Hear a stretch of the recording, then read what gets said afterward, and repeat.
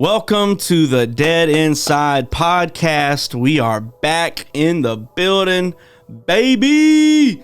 And today is going to be absolutely fire. I'm so excited. This has been a long time coming, this episode in particular. Man, we're going to jump into it head first in just a little bit. But let me tell you a little bit about our guest. Today we've got a good friend, a brother. His name is Casey Temple. And y'all, his story is absolutely insane and so full of hope and so full of redemption. And I can't wait for you to hear from him. But Casey is the National Recovery Alive National Operator. What is that? Director of Business Operations for Recovery Alive National. If you've listened to the podcast before, obviously you've heard us talk about Recovery Alive quite a bit. It's the recovery ministry that we have here at Temple City Church, where I'm on staff and where Victor's on staff. And shout out to Victor, man. Victor is behind the scenes on the ones and twos.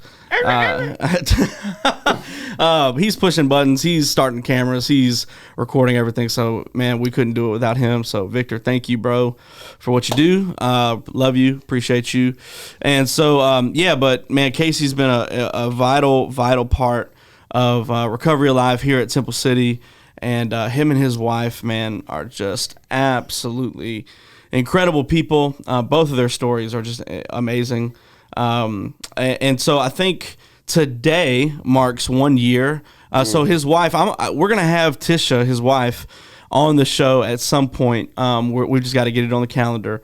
But when that happens, man, I'm telling y'all are going to be blown away. Mm-hmm. You would never know.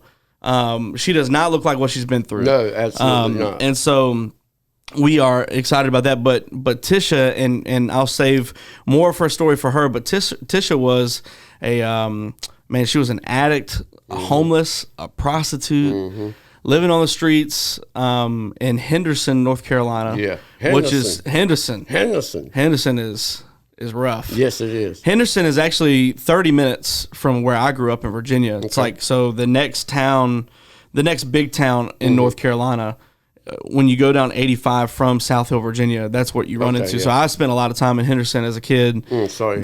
Yeah. It's like an exciting childhood is when you go to the bowling alley or to Adventure Island. Yeah, the skating rink. Yeah, the skating rink in Henderson, which is, interesting. But Tisha, man, her story is amazing. You're going to hear it. But she opened up 1 year ago today, the Grow in Grace home, which is a transitional home for women who are coming out of incarceration, prison, jail, or rehab facilities. Or they're trying to get sober, right? Yes. Am I telling all this correct? Yes, sir. And then they pretty much come to this house. They live, and they help them get jobs and trying to get their feet back on the ground. And they come to church, they come to recovery, all that good stuff, and just an amazing community, man. And then you opened up a men's home called Pathway to Peace, right? Yes, sir. In November, is that correct? 1st, yes, sir. And so, and that is the same thing, but it's for men. Yes. And you guys are full. Both houses are full. Yep. And you've got 3 dudes on the waiting list. Yes, sir. At Pathway to Peace. So, man, talk about being the hands and feet of Jesus, man. Like, what a blessing. Thank you, man, for everything you do. So Casey is our guest today, and we are going to jump into a lot of different conversational pieces. This is going to be a spicy one. Before we do that, Dead Inside podcast, just if this is your first time watching, what we do here is this is the intersection of mental health and following Jesus and giving you practical steps, stories of hope, stories of vulnerability, to kind of help you navigate your own journey as you follow Jesus. Maybe you don't even follow Jesus, but if you're dealing with mental health crisis, and you are trying to navigate that journey, it is hard. It's difficult. It's multi-layered, but that is why we have this podcast. And what we're trying to do is change the opinions surrounding mental health in the church, one episode at a time. The reason why we call it Dead Inside, it is a double entendre.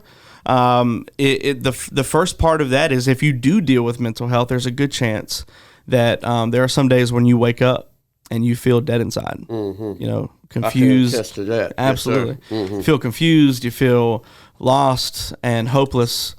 And so that's why we have this podcast, is to help you, give you some hope, give you some practical tools and tips to navigate this. But on the other side of that coin, dead inside, we also believe, because we do follow Jesus, that if you ever want to find life, then you must first die. And that starts inside. It's an inside-out process. You got to die to your ego, die to your pride, to your illusion of control. You got to die to everything that you've ever learned or been taught that may not be true. And so that's kind of where we are today. Before we jump in, I do want to let all of our listeners and watchers know kind of a little bit of a trigger warning, I guess. We will be talking about the topic of suicide today. That is a big part of Casey's story. And it's a big question that a lot of Christians have surrounding that topic. I don't think it's ever really been handled great in the church. And so we want to bring clarity to that specific area. So we are going to jump into that topic today, amongst other things. But I wanted to let you know, just kind of up front, if you're listening or watching, and that is a trigger for you, maybe just kind of proceed with caution. But I do want to encourage you to listen, because I really believe that by the end of this episode, you will have some clarity on some things that maybe you've never had clarity about before. So, yeah. Of course, before we jump in, we've got to do Mount Rushmore, everybody's favorite portion. Let me go ahead and say that Brooke, Overton, Mindy, Wallace, if I promised them I would shout them out. If you're watching, I will give you a timestamp in the show notes so that you can skip all the Mount Rushmore and get right into the content. For some reason, the majority of people that watch it, they love the Mount Rushmore, and then there are other people who are like, we just want to hear the content. My wife is one of those people, so you can't please everybody. You can't. It's fine. I just want to make sure his mic is working. Everything's picking up. Okay, perfect. All right. Well, so Mount Rushmore today, Casey and I both are hardcore Duke fans. Duke basketball, Duke football. It's no secret if you know me. That's true. Well, Casey is in my band of brothers. Let's go, Duke. We're probably the only two Duke fans around here. Yeah. It feels like we are surrounded by Carolina fans. Somehow we ended up in hell early. I don't know how that. I'm kidding. Kind of.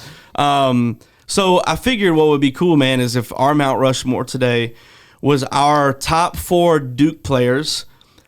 But there's a caveat, and the caveat is it's got to be 4 players that you have actually seen play, right? There's a little bit of an age gap here. Yeah. So thank you for saying a little bit. It's small. Just a little bit. It's small enough, but there is a little bit of an age gap, and so we are gonna name our top 4 Duke players that we've seen play, and we're only talking about college. We're not talking about what their NBA career looks like or any of that. We're just talking about who we enjoyed watching the most at Duke. So yeah, man, that's tough, man. That's tough to put 4. It is tough in a box. So, well, Casey, thank you for coming on to the show today, man. I will let you start off. Man, thanks. Mount Rushmore. Thanks. So we're gonna go 4 to 1. We're gonna go backwards to forwards. You can do backwards or forwards. Or you can do forwards. However you want to. I'll probably start 1 and go 4. I'm gonna go 4, and this was tough, man. This was very tough. I had some honorable mentions. But my number 4 would be Jay Williams. Jay Williams. He was a beast, man. 2001 championship. Just a great one, freshman of the year that year. Rookie of the year in the NCAA. He was a beast, man. Assists, skills, scoring. He was amazing. Yeah. Number 3, I would have to put Shane Battier. Okay. Shane Battier, also on that team, to me is the best defensive player I've ever seen at Duke. Overall, he wasn't just defensive, but he was a scorer as well. Yep. So he was a dual threat, and Shane Battier would definitely be Number 3, now my number 2 is Christian Laettner. A lot of people would have Christian at number 1. Okay. I'm a huge fan of Christian Laettner. He got down and dirty. He did whatever it took for his team to win. Some called him too dirty, which I get it. I watched him. He did whatever it took to win, kind of like Grayson Allen, but not to that degree. Right. He was the original villain. Yes, absolutely. And he was just I struggle with not putting him 1. But my number 1 that I have watched, the overall, all-around best Duke player I've ever seen was Grant Hill. And that was assists, steals, rebounds, scoring. He carried himself very well. Yeah. He had a humble spirit about him. It was never all about him. And, he didn't pan out in the NBA. I know we're not basing it on that. Yeah. But he was picked 3rd in that draft, and I thought he should have went first. But Jason Kidd went 2, Glenn Robinson 1. So Grant Hill, by a very slim margin over Christian Laettner. And I know a lot of people would flip that, but in my opinion, the spirit he had with him, the humbleness, the way he carried himself put him over Christian Laettner for me. So Jay Williams, Shane Battier, Christian Laettner, and Grant Hill. And also I want to say I didn't include any one-and-dones in my list because it's hard to grasp how good they are. For me, it meant a lot in those days for a player to play at least 2 years. Sure. Especially 3 or 4 years. Yeah. And so that was the only stipulation I had on my list. I get that. Yeah. Man, I met Christian Laettner, how long ago was that? Maybe 10 years ago? I met him at a football game. Okay. We went to a Duke football game, and he was there. And I got his autograph. Dude, it is insane how big he is. You don't understand. Like, you watching these guys on TV, and of course, like when Christian Laettner was coming up, the year they won back-to-back championships, like I was just born. So, just throwing that out there. I was just born. So, but yeah, man, he is massive. He is so tall. And but man, he was a good dude. He's really kind. I think a lot of people hate him. That's probably one of my favorite 30 for 30s. Yes, is I was going to mention that. Man, it's so good. That's a great documentary. Yeah, it is fantastic. I saw at a football game one time. I saw all 3 Plumlee brothers. All together, and it was a tower over people. They're giants. Yeah. So yeah, mine, man, I really became a Duke fan when J.J. Redick was playing. That was when I really fell in love with Duke basketball. Also grew up in an area where the majority of people are Carolina fans, not a whole lot of Duke fans. And so because I grew up in Virginia, you could either cheer for Virginia teams, or you could cheer for some Carolina teams. So there was a time there growing up where I was kind of like a Virginia Tech fan for a while. And then because all of my friends were Carolina fans, I was kind of a Carolina fan. But it was time for me to be, I'm my own person, right? That's right. And I loved Coach K's coaching style. I loved J.J. Redick. He's definitely my number 1 on my Mount Rushmore as far as people that I've seen play. And that, your 4 picks, obviously, like you talk to any long-standing Duke fan, at least 2 of those guys, Grant Hill, Christian Laettner are going to be on that list, right? And then you got people, Bobby Hurley's, and, there's all kinds of people that could be on that list. But for me, kind of getting into it in the mid-2000s, that's kind of where J.J. Redick reigned and ruled over Cameron and kind of picked up that same villain story that Christian Laettner had. And so I just love a good villain. I do, man. I love to cheer for everybody that everybody hates. So, yeah, he would be my number 1. And like, I'm not comparing myself to J.J. Redick at all. Don't hear what I'm not saying. I'm not that good. But I do, like, my game, and anybody that plays basketball with me knows, like, I'm a three-point shooter. That's what I'm good at. Especially now when I'm playing with these youngins. I'm getting old, man. I'm not the young youth pastor no more. Some days if I sleep wrong, man, I wake up sounding like a bag of popcorn. And so, yeah, now I'll just kind of hang out on the three-point line and just, that's what I'm good for. So, yeah, J.J. Redick would be number one. My number two, so this is kind of where, like, I do a lot of my tenure of watching Duke basketball, especially in the last 10 years, maybe a little bit more than that, has consisted of a lot of one-and-dones. It's just kind of the world that we live in. I think we're starting to see some guys with the NIL deals kind of stick around a little bit. But then, of course, their goal is still to play in the NBA, so they may not stay all 4 years, but you might see 2 or 3, which I appreciate. I think my number 2 though would be Zion Williamson, dude, beast. I don't think I've ever seen anybody like him. And I hate that it hasn't really translated well into the NBA because he's so big and he just can't stay healthy. But when you see him healthy, man, and those flashes, dude, I mean, that guy's first step is insane to be that big. And he can shoot. He's a very good defender, steals, blocks. But then, of course, when he takes off, man, those dunks, dude, I want to see him in the dunk contest. He's knocking people over. Yeah, it's insane. Bully ball like no other. And that is probably the most disappointing team to me out of the last... Yes. A long time.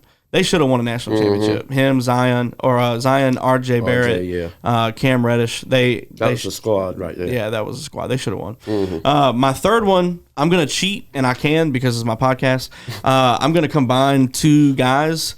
I'm a point guard, so I love guard play.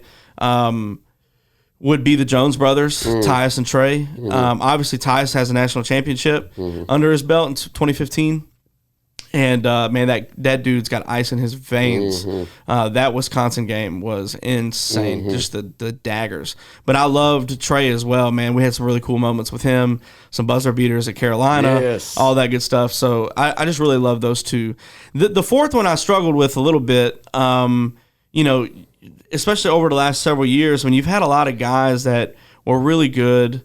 They made quite an impact on the team, but, a lot of them were one-and-dones. But I found myself, more frustrated with those guys sometimes than not. You know what I mean? Like Marvin Bagley, Jason Tatum, Brandon Ingram. Like, those guys were great. Kyrie, Jabari Parker. I mean, Okafor. Okafor. Like, those guys were great, and they had flashes. But, man, it's like they never really played up to their potential, I felt like. And now, obviously, somebody like Jason Tatum over the last several years has been one of the best in the NBA. One of the best for sure that have come out of Duke. But I think my number 4, and I went back and forth on this between Filipowski and Paulo Banchero.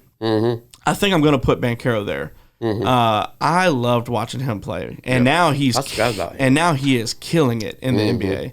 I think he's probably, I hope that he is in the runnings for some sort of award because he's killing it. And on the Orlando Magic of all places, so those would be my 4. Obviously, we could get into honorable mentions, but I don't want to prolong the conversation. Just to let you know, though, I had JJ at 5. I mean, JJ was the best pure shooter I've seen at Duke. Yes, 100%. By far. And now he's a sports analyst, and he's one of my favorite people to listen to. That guy knows the game. He's so thorough. He is so... Oh my gosh! Like his IQ of basketball, and he's just not afraid to tell it how it is, especially against people like Stephen A. Smith. Yes, he gives it to who him. Runs his mouth all the time, and so he stands his own. I love JJ, man. So, all right, well, that was fun. Keeping it a little lighthearted for a second. So now we're gonna jump into the deep end. I just want to say thank you, TJ. Yeah, man, for everything you do for this church, for the community, for the youth. You are changing lives, man. Thank you, bro. You're bringing people to Christ. It's not all just about changing lives. It's about saving souls, then changing lives, right? Yeah. Get them to Jesus, and then we'll help disciple them, right? Yeah. And so I appreciate everything you do. Thank you, man. I appreciate that. You're so valuable to this team. Victor, too. Victor. Shout out to Victor. I love me some Victor. Yeah. We play this song, I'm gonna see a victor be. Yeah. And Joey still comes in the morning, and I love you guys, man. What I love about Victor, man, just to kind of publicly affirm this. He's turning red, man. His face is a little... And he's Mexican, blushing. so that's how does that work? That's tough. I've only seen him turn red when he eats that red sauce from Ramos. The one thing I love about Victor, man, just while we're affirming everybody, is that, and I'll call it out, I've called it out before, is that dude's a pastor, bro. Mm-hmm. Yeah. That dude's got a shepherd's heart, Mm-hmm. you know. He's our production manager, but the things that he does outside of that booth, bro, Mm-hmm. like, you know, you are single-handedly, in partnership with the Holy Spirit, Mm-hmm. like leading and discipling so many people, man. And Mm-hmm. I'm just thankful for your heart and thankful for what you do. And, of course, you know, this podcast wouldn't be what it is without you either. So thank you, man. So, all right. Well, let's jump in, man. I think what I want to start with is I want you to do what you do best. Mm-hmm. I want you to share your story. I want everybody at home to know, like, what you are, what you've come from, what you've been through, and how you got here. So, yeah, man, let's go for it. Let's do it, man. I just want to say thank God Almighty that never, you know, in a million years would I see myself being in this position that I'm in right now. That God gets all the glory, man, that he just chose me to be a willing and able vessel to glorify his name through my story, because it's nothing I did, man. Because my track record shows that I can complicate a peanut butter and jelly sandwich. You know, I can mess some stuff up. And so only God working through me has allowed me to share this story, and to have the willingness to want to share it, man. I'm an introvert by nature, and I don't like the limelight, and I don't like to be in front of people. And I really, you know, since the accident, I'll call it, has kind of shied away from people, man. I just want to isolate and not be around a lot of people, and God has given me that spirit of just boldness. Boldness and pray with expectation, man, that something good is going to come out of this. And I truly believe even if just one person gets something out of this story, I say it every time I share it, even if it's just one person that gets something out of this story, everything I've been through is worth it, man. Amen. It's all of it's worth it. Yes, sir. I grew up as a shy kid, very shy, very just scared, man. I was just scared of people. I was scared of the world. I was very insecure.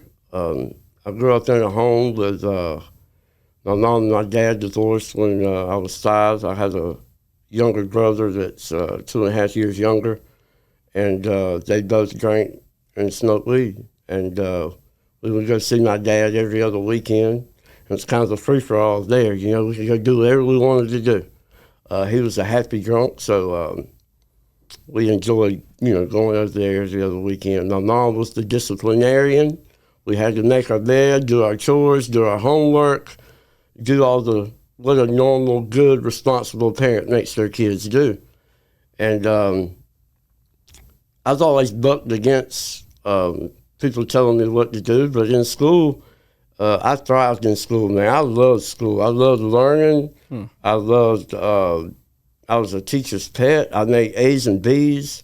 And I realized later on in my life that anything that I did away from home, I thrived in it.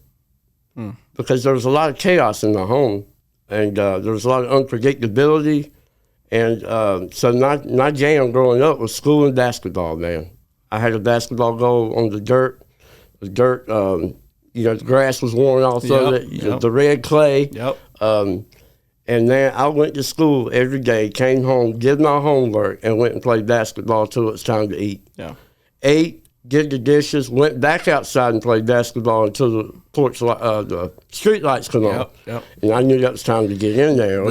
You know, you're just going to get a whooping. Those red clay basketball days are the best, man. The best. That's when you walked in, you've been sweating, you got red dirt all over your face, you blow your nose, and it's like the good old days, man. And I didn't even have to have nobody to play with. I would just sit there and shoot, and man, it was That's what I thrived in, anything outside the home. And inside the home, I learned at an early age that whenever I had issues or emotions or feelings that I brought to my mom, that I always got something different every time. So there was a lot of unpredictability when I brought my feelings to my mom. And so I just learned at an early age just to keep it in, to not express, because, you know, my mom's drinking and she tended to be kind of a unpredictable, mean, angry drunk. And so sometimes she'd be crying, sometimes she'd be laughing, sometimes she was excited, sometimes she was angry.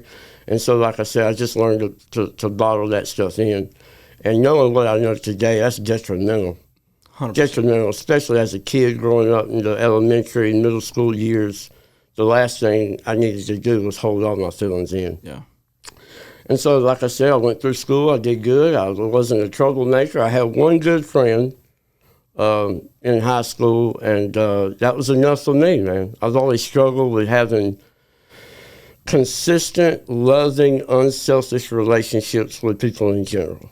I want to do what I want to do. I want to hang out with just one person and kind of hold them hostage, and you're my friend, and you know, you're like my teddy bear I carry around with me everywhere I go. And so, also at a young age, I would catch myself crying at night before I go to sleep, not knowing why. But I did remember some nights crying myself to sleep at night, wishing I wouldn't wake up in the morning. For no specific circumstances, you know, I got my butt whipped, and yeah, I was sad, but nothing major. There was I just could not put my finger on why I felt so sad, right? And so I go through and I'm dealing with that. And never once, TJ, did I ever thought it would be okay to share that with another human being. That I cried myself to sleep at night wishing I wouldn't wake up. And I didn't know anything about mental health back then. I just knew what I saw. I only had my experiences to go by. Yeah. And there was a lot of chaos and confusion and disorganization. And so I just wanted to be the opposite of that. So I just tried to stay in the line, stay to myself, stay mellow, and just put on this facade. And I learned throughout school to put on this show. And I became the funny guy. Mm-hmm. You know, if I'm the funny guy, you can't tell that I'm really miserable on the inside. That's right. And so my goal and my value, my worth, my identity, my purpose in life was to make you laugh, because it felt like I brought something to the table. I felt like I brought some kind of joy to people's lives. And so because of that, people never suspected that I was depressed. And I was a chameleon. I could adapt to every group of kids I was around. Yeah. I could go, you know, to the, you know, every group I could be around them and feel accepted. But on the inside, I couldn't accept myself, so I didn't really truly feel accepted. The age of 17, I started dabbling. You know, my dad would pass out on the weekends drunk, and I would taste his moonshine or I would taste his beer as a young kid, and I didn't like the way it tasted. It was disgusting. And so at the age of 17, I got some friends of mine that took us to a convenience store that were older, and he asked me to pick out something that I would like. And so I grew up in the trailer parks, man. I grew up on red Kool-Aid. Yeah. Red Kool-Aid was the jam. That's right. Didn't even have a flavor. It was just no. It could have been strawberry, watermelon. I don't know what it was. It's just red. Just red Kool-Aid. What's your favorite fruit? Red. Yeah, that's right. So I go in there and I see this bottle, and it looks like Kool-Aid. So I'm thinking, this is going to taste good. And it was Mad Dog 2020. Good Banana gracious. Red. I couldn't have picked out anything worse. No, sir. So I bought it, and I took a swig, and it was disgusting. I spit it out, and they said, well, just hold it and chug it.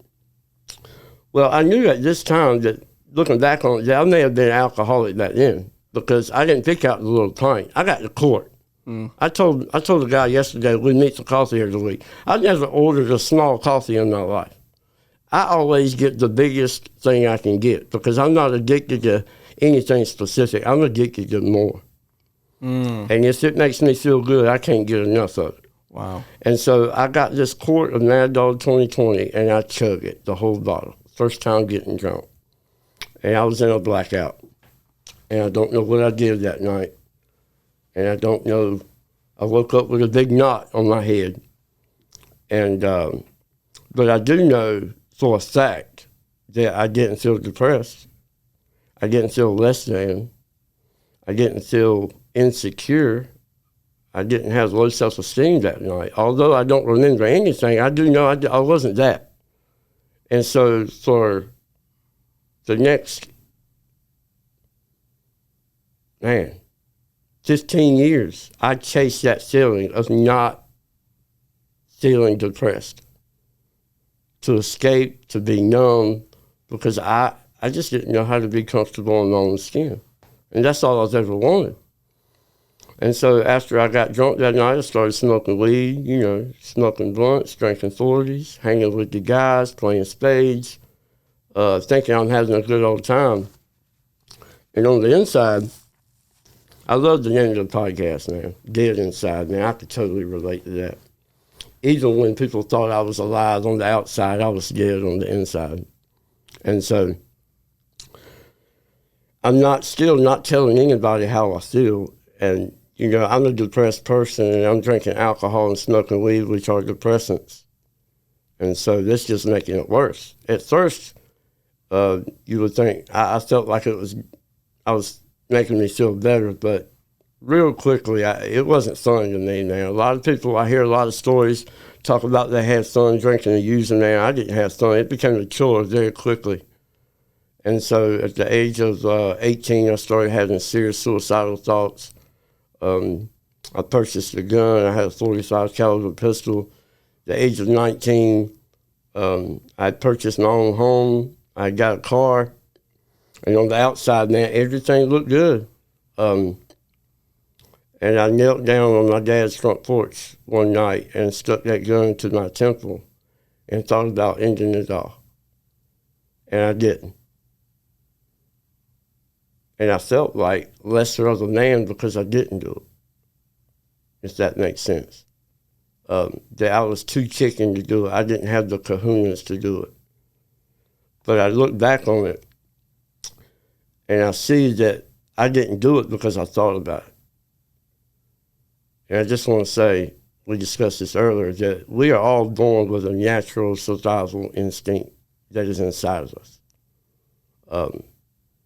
We can't just hold our breath and expect to die, because God has put in us this spirit of survival. And we gasp for air, we gasp for oxygen because it saves us. We need it.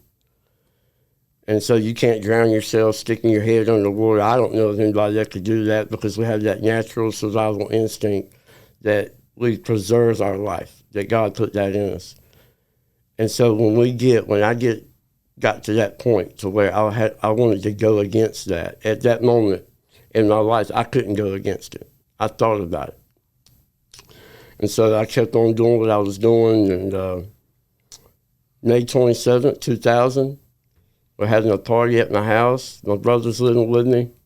We had about 12, 13 people over. Like I said, we were drinking, smoking, playing cards. Everything's good, man. Just a normal day. And me and my girlfriend at the time got into an argument. And as she's walking out the door, I said, "Bye, baby, I love you." And I walked straight. I was in the kitchen. And as soon as I had this thought that I'm tired, I'm just tired now, I'm emotionally tired, I had the thought, and I went into my closet and did it like that. So the time it took from me to have that thought, for me to pull that trigger, was less than 30 seconds. And the difference that time was that I didn't think twice about it. I didn't necessarily want to die. I just wanted the pain to stop. I just wanted that emotional and mental torment that I've been going through to cease. And that seemed to be the only way I could make that happen. And I can vividly remember crawling on the floor as soon as I did it. And the blood trail from it shows this happened. I immediately remember crawling on the floor. And I haven't verified this, but I remember mumbling to my brother, "Is my tongue hanging out of my mouth?" And he responded, "No, your whole face is hanging off." And then I went unconscious. And I wake up in the hospital. And you would think that I would be grateful to still be alive.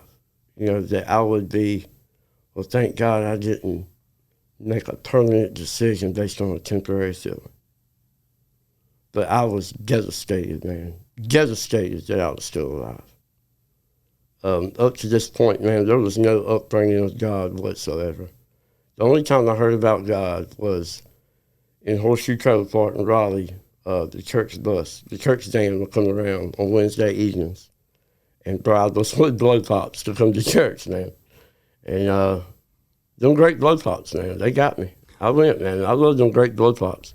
And so when we went to church on Wednesday nights, man, we didn't really do a lot. We went to the gym and we played basketball. We did fun stuff. So I never really learned about God. And in that hospital stay after I woke up, you know, I was there a while, and I had a lot of people come to visit me, people from across the country that were relatives of mine that I hadn't seen in years. And nobody, this was a surprise to everybody, because I had masked it so well. And I never mentioned it to anybody, man. I had a great job. I was 19, 20 years old. On the outside looking in, man, I was doing the deal. And people came to the hospital to come see me, and I kept hearing them say the same thing over and over. That God had left me here for a reason. And at that time, I couldn't fathom that God had any positive intention for me to still be here, because I didn't have any positivity in me whatsoever. And so I took that and I spun it to sit the way I wanted it to sit. And not only did God lead me here, he left me here to suffer the rest of my life. Because I'm telling you, it took me 2 weeks before I was even looking in the mirror, because I was terrified at what I was going to see. And when I saw it, man, I cried. I cried and cried for a long time. And so I've had 36 surgeries up to now, and they've done a lot of reconstruction. And so I'm in the hospital bed, and I got this morphine pump. And that's my new best friend. You know, I got this pump that I can hit every 5 minutes, but my thumb, man, I was wanting it all the time, because now I'm in the hospital. I'm not drinking. I'm not using. I'm just stuck with me. And I got to have something to take the edge off, because I can't imagine living life just being me. And so I became highly addicted to pain medicine real quick. Man, so quick. Funny story, man, just to lighten it up a little bit. My brother would come to see me, and I would want to follow him down there to the front of Wake Med in Raleigh while he was smoking a cigarette. And so I'm like, man, I want to go down there and hang out with you. I want to go get some fresh air, right? And so I'm in the midst of having surgeries. I have my IV bag. I got my gown. I got my butt cheeks flapping. I'm not caring. I'm high on pain medicine. We go downstairs, and I got a tracheostomy in my neck. I got a feeding tube in my stomach. And so he's down there, and he whips out a Newport and lights it up. And I said, And I pulled my little trach out of my neck, right? I said, let me get one of them cigarettes. He said, man, you crazy. I said, give me one of them cigarettes. And I put that cigarette in that tracheostomy hole, and it fit perfect. And I smoked the cigarette through my neck. And I got people walking up like double take, like, what am I looking at? And I'm smoking a Newport through my neck and blowing the smoke out of my neck. And I tell you, man, it was like they made a trach for a cigarette, because there was no extra air that came through. And you know, I'm thinking, Release. Pain medicine and cigarettes. I got release. And so I come out of the hospital. This all happened in 2000. I come out of the hospital in August. And I'm still depressed, man. I still haven't talked to a psychiatrist about any of this. I believe they sent someone to my room to talk about it, but I wasn't in a space to talk about anything like that. I come out in August, and I got the thought that I wanted to end it. You know, this didn't work. Yeah, there you go. So I had the thought that maybe I could jump off an overpass and end it. And so I walked down the road, and I know today that God sent my brother to intercept me, because at that time he was the only one that I would talk to, that I felt comfortable talking with.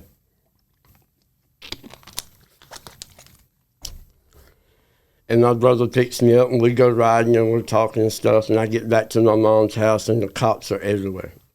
So I get involuntarily committed to Dorothea Dix in Raleigh. And that's a rough place to be in. I spent my 21st birthday at Dorothea Dix. And so they're putting me on medication. They put me on Prozac. I told them exactly what they wanted to hear. They let me out after a week. My mom's flipping out on them, like, man, my son just shot half of his face off, and you're letting him leave. He needs help. And so I have a history of telling people what they want to hear to get what I want. And so I told them what they wanted to hear. They let me out. They put me on Prozac. I went to a psychiatrist in Raleigh. He's asking me, how you doing? I say, fine. You know, the basic answer, fine, I'm good. You eating good? Yep. You sleeping good? Yep. Keep taking your medication. So let's pause for a second. So I just want to slow it down just for a moment. So you're coming off of a suicide attempt, right?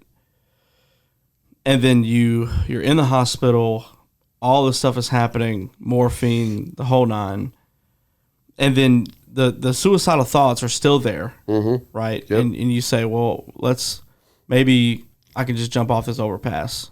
You get intercepted, involuntarily committed to Dorothea Dix. And at this point, you're still like, I don't want help. Is that correct? Like, you're still correct. Like, no, like I'm just gonna lie and hide and cover.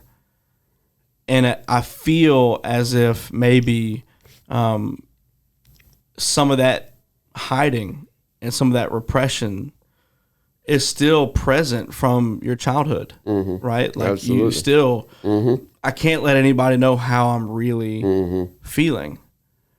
And you said your family members didn't know, they were surprised, and now you're here, and you've kind of like, you're still in this place of like, no, I can't let them know how I'm just going to pretend, and I'm going to put on a front so they'll leave me alone, right? Wow. Even after, the attempt, that was a cry for help, obviously. Right. And I still denied, man, I still denied that it was a problem. Yeah. And obviously, like I said earlier, my track record shows that I don't deal with problems well whatsoever. And so it was, denial is a beast. And until I realized that I needed help, and I still struggle with that today, man, to come out and tell someone how I truly feel. Yeah. So, yeah, I was constantly looking for something to make me feel different. Yeah. It didn't necessarily have to make me feel better, as long as it made me feel different, because I was uncomfortable in my own skin. I just couldn't fathom going through life without a substance to make me feel different. And so I come out of Dorothea Dix, and I go home where my brother's at. They're doing the same thing they were doing. They're drinking, smoking. I learned that I can start smoking weed through my trait too. I had the idea that maybe I could take some alcohol and pour it in my feeding tube. And so we go to the store, and I picked out a bottle of orange Cisco, and I poured that bottle into my tube. And, you know, I was in AA for a while, later on in my story, but in AA they talk about crossing an invisible line into alcoholism. And when I poured that bottle of Cisco into my tube, I pole vaulted over that line into alcoholism. That from that day forward, I became an all-day, every day, blackout, sloppy drunk that woke up in institutions, jails, places I didn't know where I was at. I put my hands on a lot of people. A lot of people put their hands on me. And I caused havoc everywhere I went. Because I could pour this alcohol into my tube. One, I didn't have to taste it. That was a bonus. Two, I could just pour until my stomach just couldn't hold no more. And I got drunk twice as quick. And so that was oh man. There's a period of 6 or 7 years where I don't recall much of anything. And anything I do recall, it is definitely a negative, impactful, scarring moment in my life. And so, I got a couple of DUIs in 2001. I got 2 within 33 days. Wow. I don't recall getting pulled over. I don't recall leaving where I was at.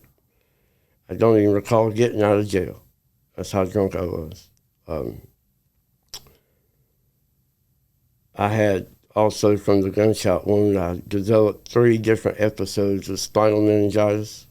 Wow. Which, you know, I didn't know the severity of it then. The first time I had it, it almost killed me because I didn't know the symptoms of what was going on, you know. I still struggle with, I need help. So the first time I had it, I almost died. Wait, man, I did a surgery to patch the hole in my sinuses. I got it a second time. Wait, man, I did another surgery. I got it a third time. And then they sent me to Chapel Hill, of all places. They fixed me at Chapel Hill, so I can't be too upset. We're not mad at the hospitals. No, absolutely not. The hospitals. They saved me from getting meningitis again, but that meningitis was terrible.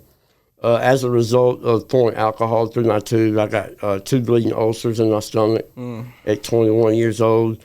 I was supposed to be pouring like Ensure and Boost and that liquid nutrition into my tube, and I was just pouring alcohol in it, and I got ulcers. And it was a long period of time where, I woke up in jails for assaults and putting my hands on people and not knowing the extent of the damage I was causing in people's lives. And even in recovery now and making amends for a lot of stuff I've done, I think God protected me from not knowing a lot of the stuff that I did. Because I think my shame and condemnation would be a lot worse than it would be if I knew everything I actually did to everyone. Wow. And in the midst of those blackouts and drinking, my sorry became useless, right? Because I don't know what I did the night before. But the next morning, I'll tell you I'm sorry, but how am I really sorry if I don't even know what I did? Wow. So even today in recovery, my sorry don't cut it. When I make amends, I'm not to say I'm sorry. I'm supposed to say I was wrong for blah, blah, blah. How can I make it right? Because people know how sorry I am. I am wrong. I was wrong. And that gives you a level of humility that sorry just doesn't give you. And so, like I said, I caused a lot of harm to a lot of people.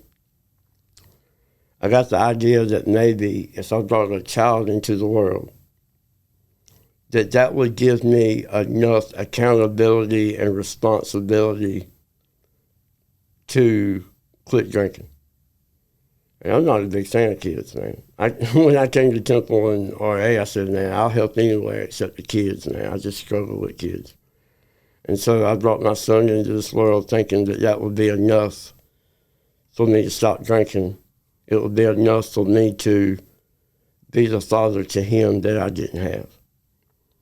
My dad was present every other weekend, but he didn't teach me anything that a Yeah. father should teach a son. And so I go into this thinking that I'm going to change based on a circumstance or something outside of myself. And I have a habit of that if this just happens, I'll be able to change. If this person does this, I'll be able to change. And so my son was born, and I cut his umbilical cord, and I was in a blackout, and I had no recollection of it. So I still kept drinking after Caleb was born. I still kept using pain medicine, even though I was outside the hospital. I was learning to buy it off the streets. I moved to Durham. Durham was a bad place. Not necessarily bad in general, but that's what my purposes were for being there. I moved in with my brother. My brother's been a rock. My mom's been a rock too. They stuck with me beside all this stuff, man. I moved in with my brother, and we started going to this church called Olive Branch Baptist Church in Durham. And I'd never really gone to the church on Sundays. And I went to this church, and not once do I ever recall going to this church not under the influence of some mind or mood-altering substance. Like I said, I couldn't fathom going a day without having something to take the edge off. And so I would go there under the influence of pain medicine or alcohol or whatever I could get my hands on. And I went searching at this church. I don't even think I was necessarily searching for God. I was just searching for something, man. I needed something different. And so I'm going for a while, man. I even get into an accident leaving church one day because I'm high on Percocet. Man, I'm eating Percocet like candy. Like, if I had a Pez dispenser full of Percocet, I would have had it, just popping them all day long. And I get in a wreck right there in front of the church. And I start to think, man, maybe I got a problem. And I called, there was a seminary student named Eric that was at the church. And this took a lot. This was definitely not me, man. This was the Holy Spirit convicting me. I called the seminary student to come over and pray with me. And I'd never done no formal prayer with another man in my life. And we get into the living room, and he tells us to get down on our knees and hold hands. And at first I'm thinking, what's going on here? What kind of church am I going to? And we get down to the middle of that floor, man, and I had no idea what Eric said. But all I know is all of a sudden, every tear that I should have cried my whole entire life that I held in came out in that moment, like a waterfall. And I cried like I've never cried in my life. I mean, like a can't breathe, boo-hoo, snot flying, spit everywhere kind of crying. And when that man left, there was something different. It wasn't just a little difference. When that man left, I know you probably know about withdrawal symptoms from opioids and opiates and stuff like that. But when that man left, I was different. There was no withdrawal symptoms. There was no desire to get high. There was no desire to get drunk. It was gone. Lifted like that. I don't remember saying the sinner's prayer. I don't remember anything except me crying in the middle of the floor, holding this man's hand, and he's praying over me. And I know today that I had asked God to enter my heart. There's no doubt in my mind. And the Holy Spirit entered me. I felt the most amazing I've ever felt my entire life. I cried tears of joy for the first time in my life. I was okay with who I saw in the mirror.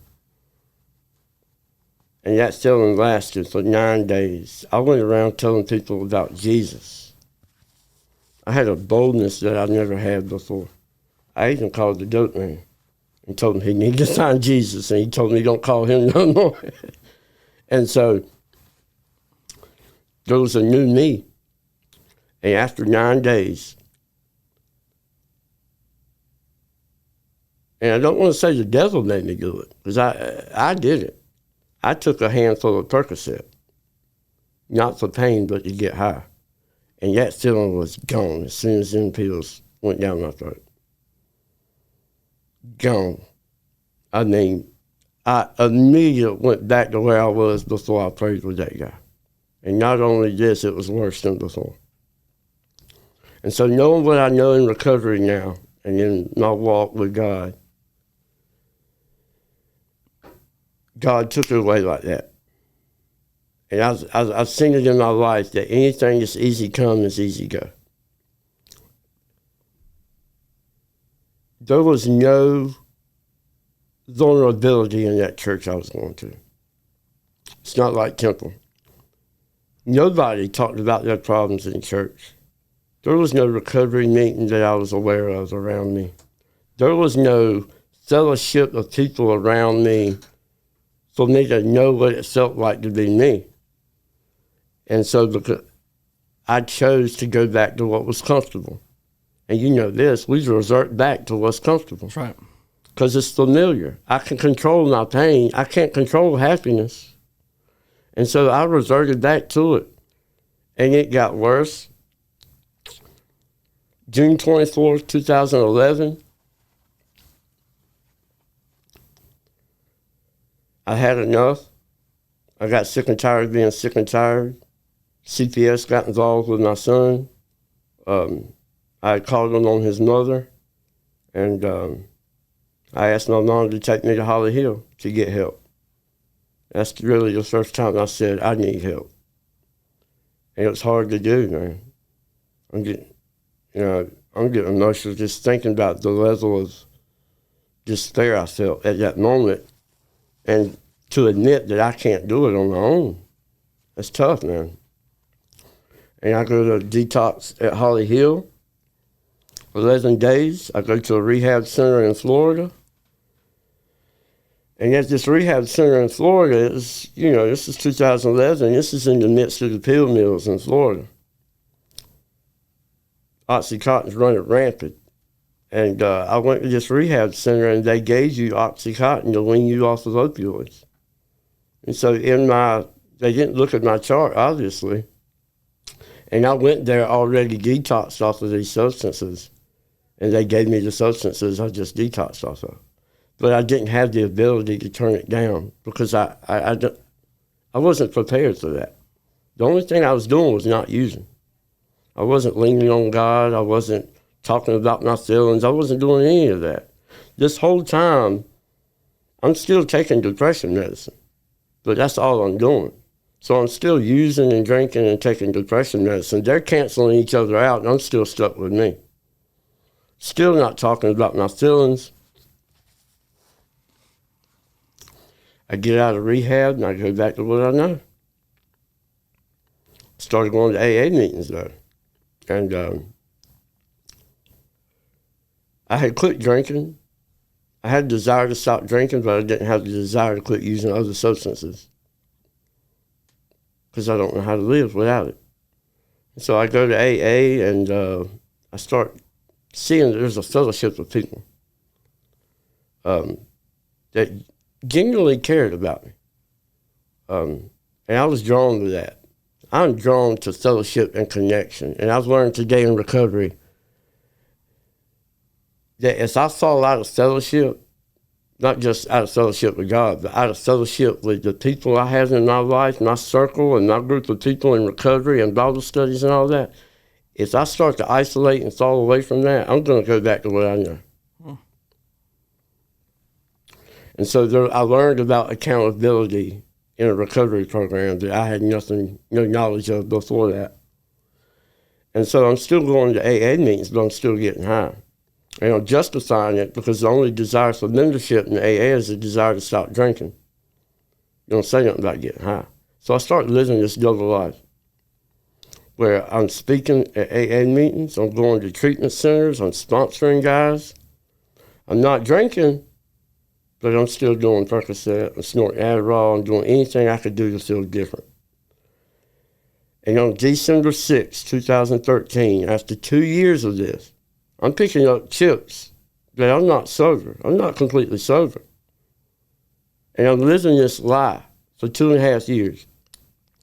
And I'm sitting in my home group in AA, Designed for Living, 7 o'clock, Garner, on a Wednesday night. My son's coming with me to meetings. He's 8 years old. And all of that guilt, all of that shame, all of that living a lie came to a head, and I felt convicted. And during this whole meeting, I cried, the whole meeting. I don't know what was said, nothing triggered it. All of it came to a head at that night. I cried the whole meeting. I talked to a guy after. I cried. I cried on the way home. I got into my home. I sat down on the couch. And I'm sick and tired of being sick and tired once again. I had reached a complete and utter state of hopelessness. And my son's sitting there beside me on the couch. And I'm Googling how to commit suicide with carbon monoxide poisoning with my car. And nothing, it really hasn't hit me yet. But then when my son looks up at me, I'm crying and I'm Googling. And my son says, "Daddy, what are you doing?" And at that moment, my whole world caved in. That I'm really sitting here contemplating killing myself in front of my son.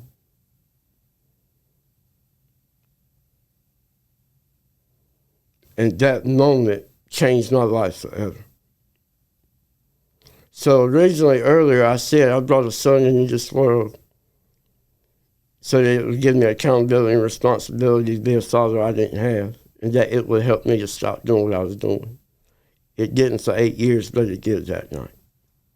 If I had been on that couch by myself and my son had not sat there and said that to me, there's no doubt in my mind I would have went through with it. And he looked at me and said, "Daddy, what are you doing?" And I cried like I did that day when Eric prayed over me. And I looked up at that ceiling fan and I said, "God, if you take this away from me one more time, I'll live for you." And he did. He took it like that. But I didn't have the same feeling I had before. So I haven't found it necessary to use a drug, or drink alcohol since December 7th, 2013. Wow. I just celebrated December 7th was 10 years. Wow. Congratulations, man. Thank you. I appreciate it. That's incredible. Seriously. And so much hope for people. You know, I think a lot of the times when we share these stories, man, you know, we love to talk about the victory. Mm-hmm. Yeah. And so often we skip over the incredible amount of failure that it takes sometimes to get to that victory, like finally. You know what I mean? Because you could have just came on here and shared, you know, oh, like, here's, like, I tried to commit suicide, and there's a lot of details in there, but in 2013, I got sober. No, Mm-hmm. like, dude, there was so much in between that of, like, I thought I was different, and then I wasn't. And then I thought I was different again, and then I wasn't, right? And there are so many people, man, that will watch and listen to this podcast who really believe that because their life doesn't transform like that, mm-hmm. that they should just give up, or so they should just stay where they are. They should just go back. And it took you, 13 years of fighting, mm-hmm. right? Like, yep. I mean, fighting and losing. Mm-hmm. And then finally you get to this place. Man. Like I said to Victor a while ago, man, if it weren't for the hard way, I wouldn't learn nothing. Yeah. I have to go through. My pain tolerance is pretty high when I choose to do something different and ask for help and lean on God. Mm. So when the pain gets great enough, I'll choose to do something different. Yeah. Only when the pain gets great enough. And that's why I say I got a high pain tolerance. I wish I didn't. And I would love, and like I told you before we started, man, I would love to get up here and share a whole story full of hope, man. But before you can have hope, you got to realize you need help. Yeah. Right? Yeah. Even then, when Eric prayed over me, I was hopeless, but I didn't realize how much I needed help. And so when God took it away, and not saying today is God can move mountains, but he gives us a shovel. Mm. God moves mountains, but he gives us a shovel. That when he took it away that time, I didn't have to do any work except surrender. he took it away like that. I had to do no work. But this time when he took it away, I had to work for it in recovery. And I value it more. I think people value it more when you have to work for it. Yeah. It's like a 16-year-old kid. That's exactly you give him right. a new Mustang, Yep. he's not going to value it. If he's got to pay for it out of his check for working 2 years, he's going to value it more. And I equate that to what God did for me. He took it away, but I didn't work for it. This time, I've had to work for it, and I value it so much more. Yeah. That if I go back to that life, I know I got another drink or a drug in me. I don't know if I have another recovery in me. Yeah. So if I hear people say all the time, well, I'm scared if I go back out, I'm going to die in the midst of my addiction. Dude, if I go back out, man, I'm going to be welcoming death. What I'm terrified of is me going back to that life and having to suffer for 20 or 30 more years. That's what terrifies me. That if I stick another drink into my body or a drug that makes me feel different, and I get on that train again, that I may not be able to come back. Especially having a long period of sobriety. Right. And being hope to a lot of people that when you go back to that old life, there's a lot of shame with that. And I've dealt with that before. Yeah. And so, and just because God took the drugs and alcohol away don't mean my life got great. Yeah. Right. I still struggled for many years with my thoughts, my feelings, my emotions, learning to do the next right thing. I kept going to AA for years. This time I was actually sober, so it felt better. I could actually sleep at night with a clear conscience. Yeah. And so I met Tisha in recovery. The story behind that's crazy, and I'll maybe let her share it. I have a history of my validation, purpose, and identity is in a relationship. And so in recovery, I bounced around to a lot of different relationships. And I felt, because I didn't feel good about myself, I felt that if a lady wanted to be with me, it made me give myself some value. If somebody wanted me, then I felt better about myself.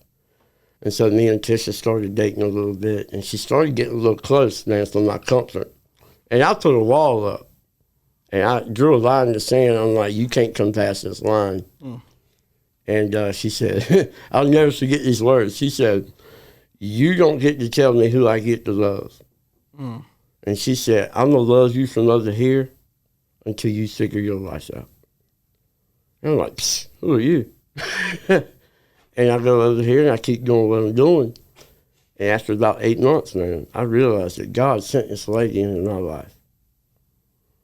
Not to complete me, but to come alongside of me. Right? And I messaged her one day and I said, do you want to be my girlfriend? Yes or no? Like a middle schooler writing a letter. And it's been a wrap ever since. And I had a spirit of lust. And a lot of things that I've struggled with, I've asked God to remove it, and he's removed it. But the spirit of lust, God took it away without me even asking for it. Because he knew the plans he had for us, plans to prosper us. And I would not be able to stay with Tisha if he didn't remove that. And so I thank him every day for removing that. Because he's removed a lot of things in my life. 2016, it's been 2.5 years since I quit drinking and using. I'm smoking cigarettes like they're going out of style, man. Smoking 2 packs a day. I asked my sponsor, I said, well, God removed my desire to drink and get high. I wish he would remove my desire to quit smoking cigarettes. And he said, well, what are you doing? Are you asking him? I said, well, I'm doing like foxhole prayers. God, just take away this desire, you know. He said, Casey, I want you to get on your knees every single day and pray for God to grant you the willingness to want to quit smoking. And that was profound to me because he asked me, do you really want to quit? Like your message to it. Do you really want to be healed? Yeah. Yeah, but. Right? Mm-hmm. Yeah, but. And so I said, I know I need to, but I don't really want to because I love my cigarettes. And he said, pray every morning for God to grant you the willingness to want to. And I did that. And after 2 weeks, it wasn't working. And I went to him and I said, it's not working. He said, keep doing it. And, you know, I'm not at alcohol. Instant gratification. I want it now. 2 months go by. I'm still doing it every single day. I said, it's not working. He said, keep doing it. A little over 5 months later, I got a sinus infection. Because, you know, the shotgun blew my sinuses out. I'm smoking 2 packs a day. I'm sick all the time because of all the smoke going in my sinuses. I'm in Fuquay Arena going down 401, sick, going to the doctor. 5 months and some change of praying, God grant me the willingness to want to. And I'm on the way to the doctor. I get this overwhelming feeling to throw my cigarettes and lighter out the window. And so I was obedient to what God was telling me to do. And once I did it, he took it like that. I ain't smoked a cigarette. I ain't vaped. I ain't done a patch. I ain't done no gum. I ain't done no lozenges since November 8th, 2016. And he took it away. And he moves mountains, but he gives us a show. He could have took it away the first day I prayed, but I wouldn't appreciate it. He blessed my obedience. I was obedient to pray for it every single day, and he blessed it. Tisha kept smoking. I didn't pressure her to stop smoking. After a year, she felt convicted to quit smoking, and she quit smoking. And so I just share that because I know in recovery there's a lot of folks that still struggle with that. They've been delivered from the alcohol and drugs, but they still smoke. And I just say that, and I say it all the time, man, God moves mountains, but he gives us a shovel. And he always blesses our obedience. And easy come is always easy go. That is, you don't have to work for it for a period of time. It's hard to appreciate it. I'm not saying you got to work for salvation or anything, but any blessings that God wants to give you in your life, if you're not willing to put any time or effort into it or to be obedient to what he's calling you to do, he's not going to bless it. That's right. Because he knows you're not going to deal with it well. You're not going to handle it well. And so me and Tisha's going to AA, and she tells me about Celebrate Recovery in Henderson. There's no D in Henderson, just to let you know. Yeah, that's it's right. Henderson. And so I go to this Celebrate Recovery meeting. I'm like, man, I like this. Man, I get to talk about Jesus. Get to talk about Jesus in a recovery meeting. And so we find out that there's one in Selma, Celebrate Recovery, and we go, man, and I'm like blown away. I'm blown away. I love recovery at this point, but I need to talk about Jesus in my recovery. And so we started coming, man, and after about a year, we started looking for a home church to go to. And we're living in Garner or Raleigh, and we're coming to Temple in Selma for recovery. And I don't know why I didn't just think to come to church at Temple. We started looking at churches in Garner. I'm like, this ain't it, this ain't it. And we went to Temple on a Sunday, and Rodney did baptisms that day. And I remember the sweater I had on, man, and I sat through that service, and the Holy Spirit overwhelmed me, and my shirt was soaked. I cried the entire service watching all these people get baptized. And I said, this is our home church. This is it right here. And we've been coming ever since. Y'all can't get rid of us. Yeah. Wow, man. What a story. What a story. Thanks for sharing, man. Thank you. Proud of you, man. I think that's the first time I've ever heard everything. I've heard bits and pieces, you know, over time. You know, you don't have a whole lot of time to share at recovery meetings typically, but that's the first time I've ever heard everything. And man, I'm thankful, man, for the grace of God on your life, and you know, everything that he's kept you from, everything he's even as he has still allowed you to do what you wanted to do, he still protected you, like still covered you. Mm-hmm. That's how good God is. Mm-hmm. He's that good to where, man, he still has his hand in things, and not like against our will, but just, hey, one day you're gonna see, right? Man, I thank God that just because we're disobedient, it doesn't cancel the promise. It prolongs the promise, but it didn't cancel the promise just because I was being hard-headed, man. And I'm so grateful for that.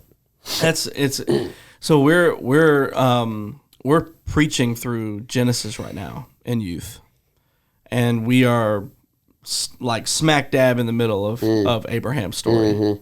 I was just telling John and Jeremy at our process group on Tuesday morning, man, I've never, ever, since I've been a Christian, I've always felt like I related really well with like David, or I felt like I related really well with Peter, right? Because I'm like out there and I'm like, let's go, you know? Yeah. But man, I can't tell you how much I relate to Abraham. The fact that God gave him a promise, right? And all of the times throughout the story of Abraham, how many times he tried to take that promise into his own hands and do what he wanted to do, because he believed that, well, God made me the promise, but I've got to be the one that makes it happen. And how many times, like how many stupid things he did, from moving to Egypt and then lying to Pharaoh, saying that his wife was his sister, right? So they wouldn't kill him because he was scared to death that God wouldn't protect him, right? And then he comes back and, you see a little bit of a growth here and there, but then he does the same thing. He lies to Abimelech, and the exact same story repeated, right? And you see all of these things, man, and then finally he gets it, and God is just like, man, the entire time God is redeeming every situation. Even when Abraham does something stupid, God would interrupt and go, hold on, wait a minute. You're not the one that's responsible for the promise, I am. So let me cut in here. Just over and over, man. Just so encouraging to know that God does that even in our midst today. And I'm seeing personal stories of that right now in my own life. Man, I shared a little bit last Sunday, but just things that like God's answering prayers. I've been praying for 5 years, man. That was good, man. 5 years, dude, that I've been praying. And God's like, see, I told you. But during that 5 years, how many times did I want to intercept? How many times did I want to do things my way? And God's like, like, let me do what I'm going to do. And now he's brought it, a lot of this stuff around full circle. It's just encouraging, man. But that's awesome, man. I prayed for 5 months and God, you prayed for 5 years. Yeah. I couldn't imagine me still praying for that. It was a lot, man. But all right, so before we started, we had a little bit of a conversation. One of the biggest things that we wanted to talk about today, outside of your story, was the stigma around medicine within the church, like people using medicine for their mental health, for their mind sickness, if you want to call it that, right? And you shared a little bit about your story about how you're still, or how you were on depression medication, and then for a time you were like, oh, I'm good, like I'm going to stop taking it. But then when you did that, you realized, I can't do that. Like I've got to share a little bit about that. And then we're going to dive into that whole conversation just a little bit. So share about that. Yeah. And this has been recent. My wife had weight loss surgery a couple of years ago. I think March this year was 2 years ago. And I've always struggled with, especially once I started getting involved with church and stuff, I struggled with taking medicine. And it even started in AA, because in AA they have these pamphlets about medication, and people try to judge, you shouldn't take this or this, are you sober if you take this or this? And it started there, that complex. And then when I come to church, God has done all these things in my life. Why am I dependent on a pill? Why am I dependent on a man-made substance to alleviate my mental depression. And I struggled with it. And so I made a conscious decision to quit taking my medicine, my depression medication. And for a while, things went very well. But like it always has, when I decide to quit taking it, that depression comes back. And I got to a place, man, where, like I said earlier, my pain tolerance is high. And so when I realize I need help, it's usually, I should have done it a couple of months ahead of time. And so I waved the white flag again and said, I can't do this. And I got back on my medication. And it still was tough to get back on that medication because I asked God to heal my mind when I quit taking it. And I may never truly understand it or grasp the full meaning of why I have to take medication until I get to heaven. And that's okay with me. That our mind can't comprehend everything that God has in store for us on this earth. And so the less I try to analyze it and understand it, the better off I am. And so I've heard in church, now I've heard people say, if you just have a little bit more faith, you don't need that medication. If you pray a little harder, if you get into the Word more, all the answers are in there. And I do understand that. There's a lot of answers in the Bible. God can do a lot of things. But I had to realize that medication is here for a reason. That if it wasn't a part of God's plan, it wouldn't be here. And so God has created minds to create medication for illnesses that we have to have medicine for certain illnesses, right? I don't know if anybody else will, I wouldn't tell a cancer patient that you have cancer because your faith is not strong enough. That if you would just pray a little harder, your cancer might go away. Yeah. Or diabetes or anything like that. It's an illness of the mind. I have a chemical imbalance in my mind that I have to take this little pill every night to give me a chance at who God has intended me to be. Like in step 2 in recovery, they talk about restore us to sanity. And early in recovery, I thought restore us is restore us to who we were before we got into our vices. And that's not what it's about. It's we're being restored to who God intended us to be. And so I had no chance in following God to the level he wants me to follow him if I'm not taking that medication. Because I had too much in my mind, too much going against me. I tell people I have the disease of alcoholism and drug addiction that wants to kill me on a daily basis. Every day it wants to kill me. I have to take certain steps to prevent that. I have a mental illness called depression that wants me dead every single day. And I have to take steps every day to prevent that from happening. And medication is a part of those steps. Yeah. And I have realized it. And even just as I say it, I still struggle with that at times. Because I wonder, why didn't God heal my mind? But I'm learning to understand that there's a reason for everything that God does. That maybe God has required me to be on this medication, to realize that I need this medication to share it with other people that struggle with the same thing. And I'm at a point in my life right now where I wouldn't take anything away from what I've done. People say, well, if you could do it over again, would you have shot yourself? And this is hard to believe, but I would say absolutely. That I'm a better man now than I was before I shot myself. I'm more comfortable with who I see in the mirror now than I did when I, quote, looked normal. And that is only through a relationship with God and constantly growing in my recovery. Yeah. And if I had not pulled that trigger, I would not be where I'm at right now talking to you right this minute. Right. And so I do not have a lot of regrets in my life, but the medication is tough, man. It's a big problem in the church, man. People don't want to admit they have mental illness, and once you do say, I need help, I have a problem, they want to go everywhere but there. And I understand it's like a diabetes patient, right? Some people don't need medication. Some people don't need insulin to get them through.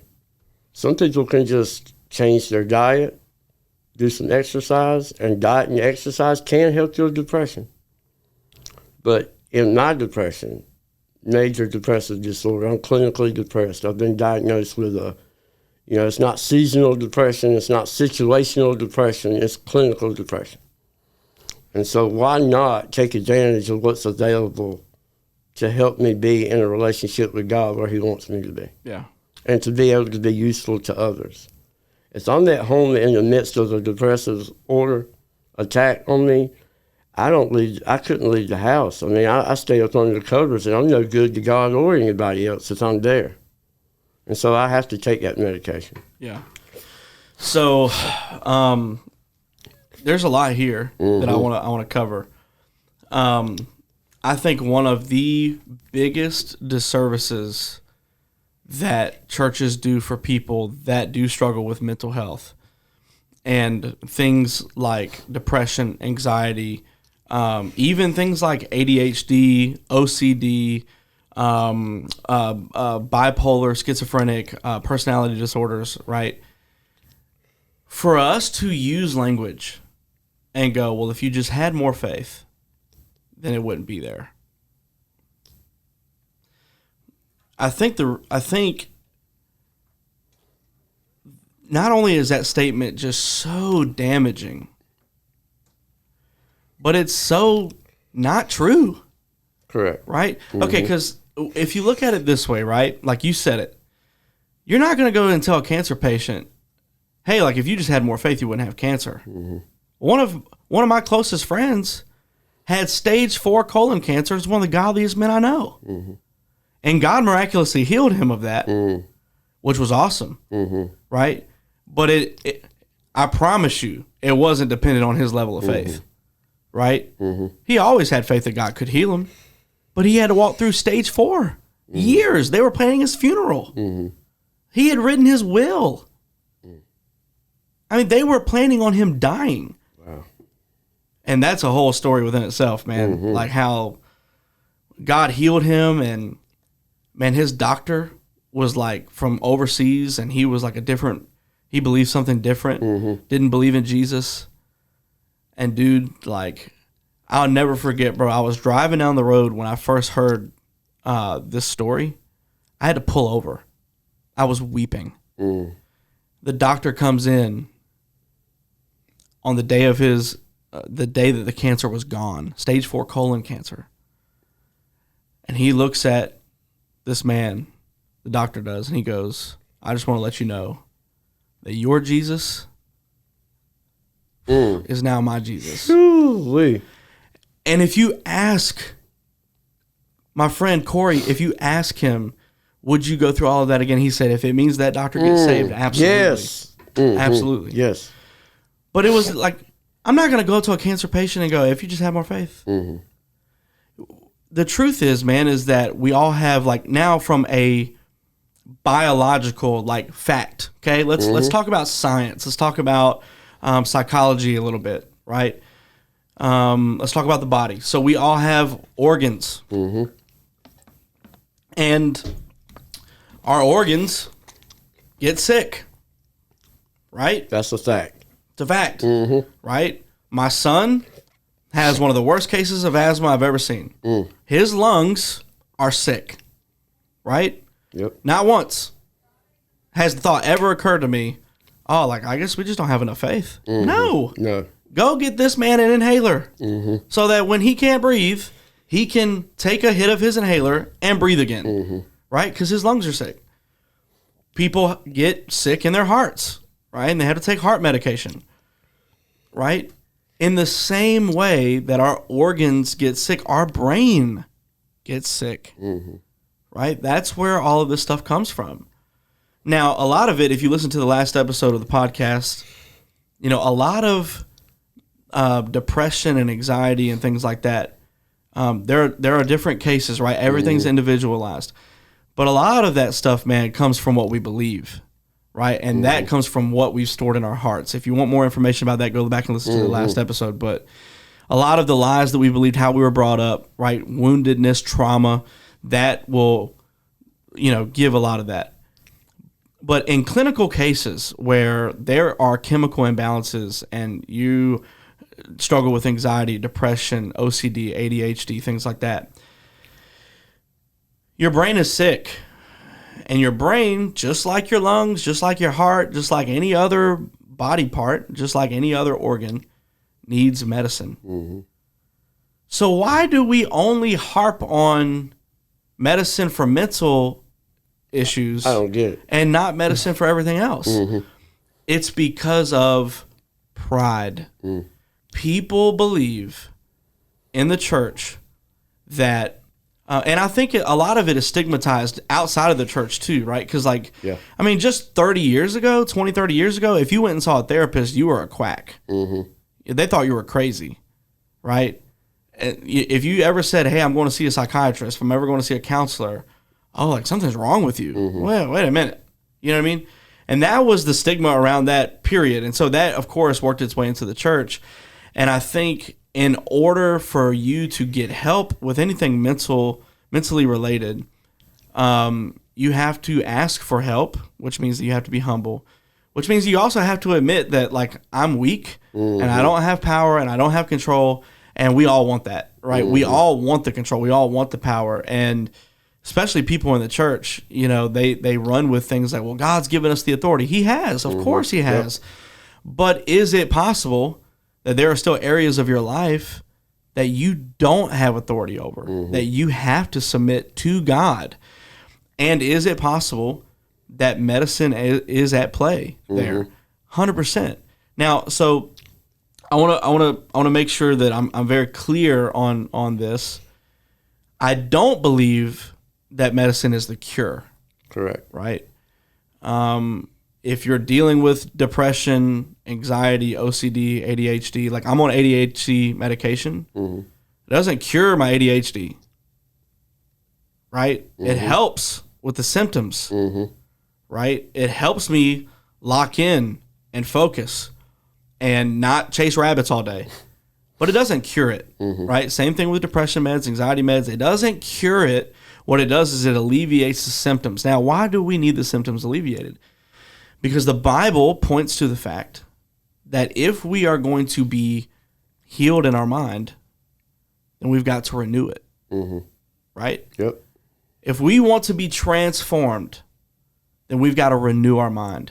How can we renew our mind if these symptoms are in the way, right? Yep. These symptoms are literally separating us from living the life that God wants us to live. So we take medicine to bring the symptoms down so that they are manageable, so that we can get to a place where we can allow God to renew our mind, right? Yep. I think that makes total sense, but it's not a cure. It's just to help the symptoms.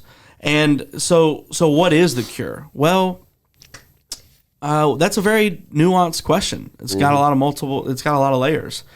One of I think a big part of that is the work, right? Because just like a heart patient, right? If you have a heart attack and you're on heart medicine, if you continue to eat like crap and sit around and binge eat your emotions and not exercise, guess what? They're going to stack heart medicines on you, but eventually you're going to die of a heart attack, right? Because the medicine's not the cure. The medicine just relieves the symptoms.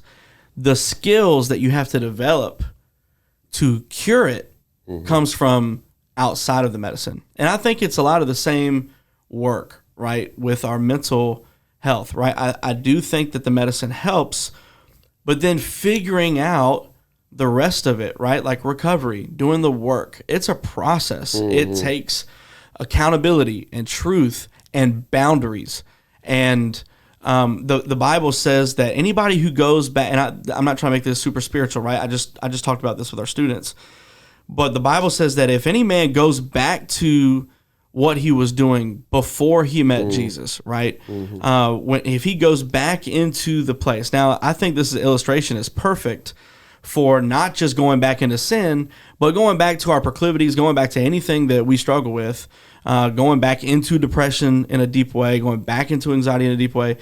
When that happens, the Bible says that we are like a dog that returns to its vomit, or like a pig that gets washed up and then goes and jumps right back in the mud, right? So how do you fix that? I can give you some pretty easy ways. They're not easy, but they're simple. Yeah. If you don't want the dog going back to his vomit, you got to clean it up. You can't leave it in the floor, right? That's work. That's a step that you have to take to clean it up, right? If you don't want the pig to go and jump back in the mud after you clean it, then what do you got? You got to lock the pen, right? There's work involved. There's skills to develop. And man, I wouldn't even have time to start about what all of those look like today.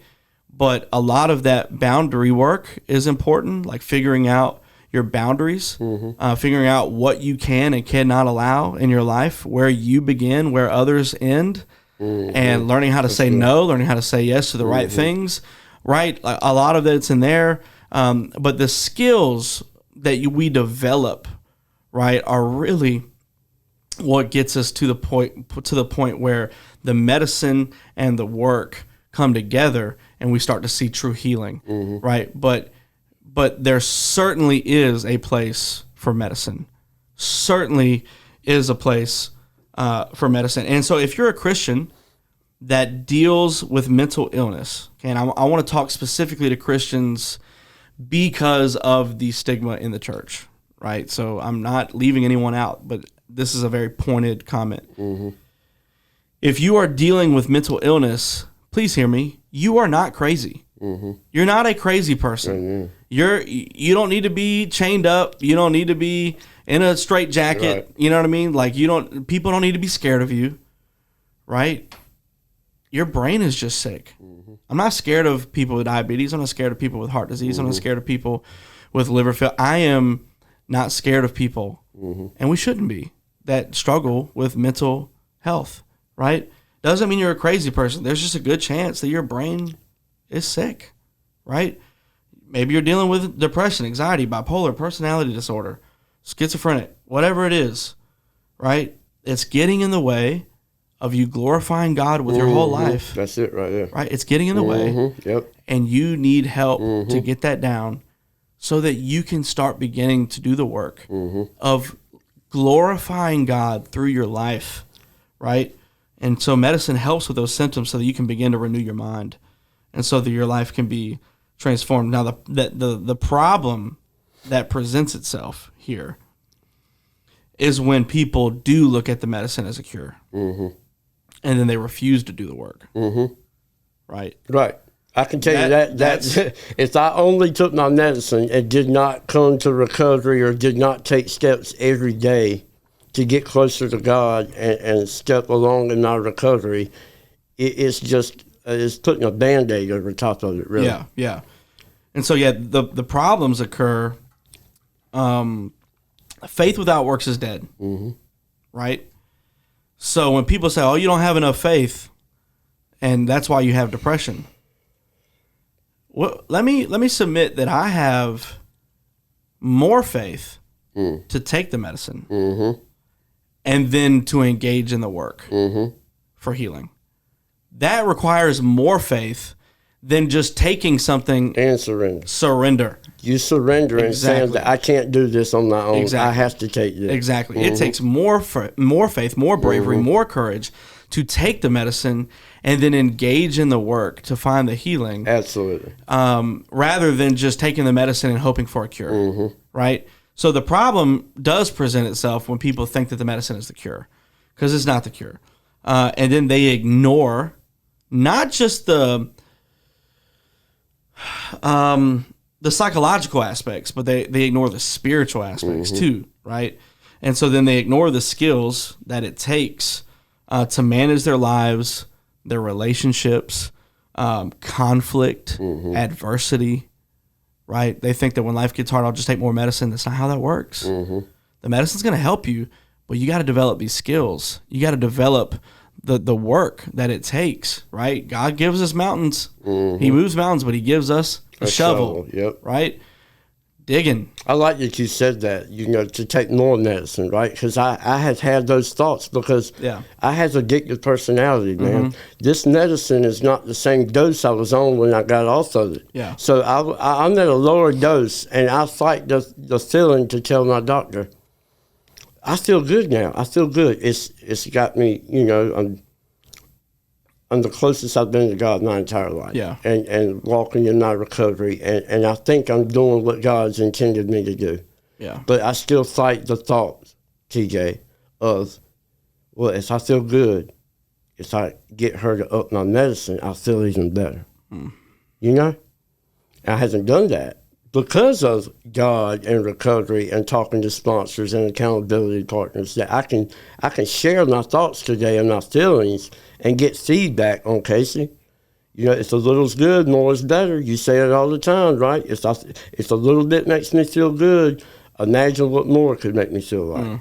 Yeah. And we're not made on this earth to be happy, joyous, and free all the time. It's just not. It's not feasible. It's not how life works. No. If we're happy, joyous, and free all the time, where is there going to be aspects of our life that we need to depend upon God more? If everything's going good, it's like, I'm on the mountain. Yeah. If I'm not in the valley, why do I need to reach up? Right.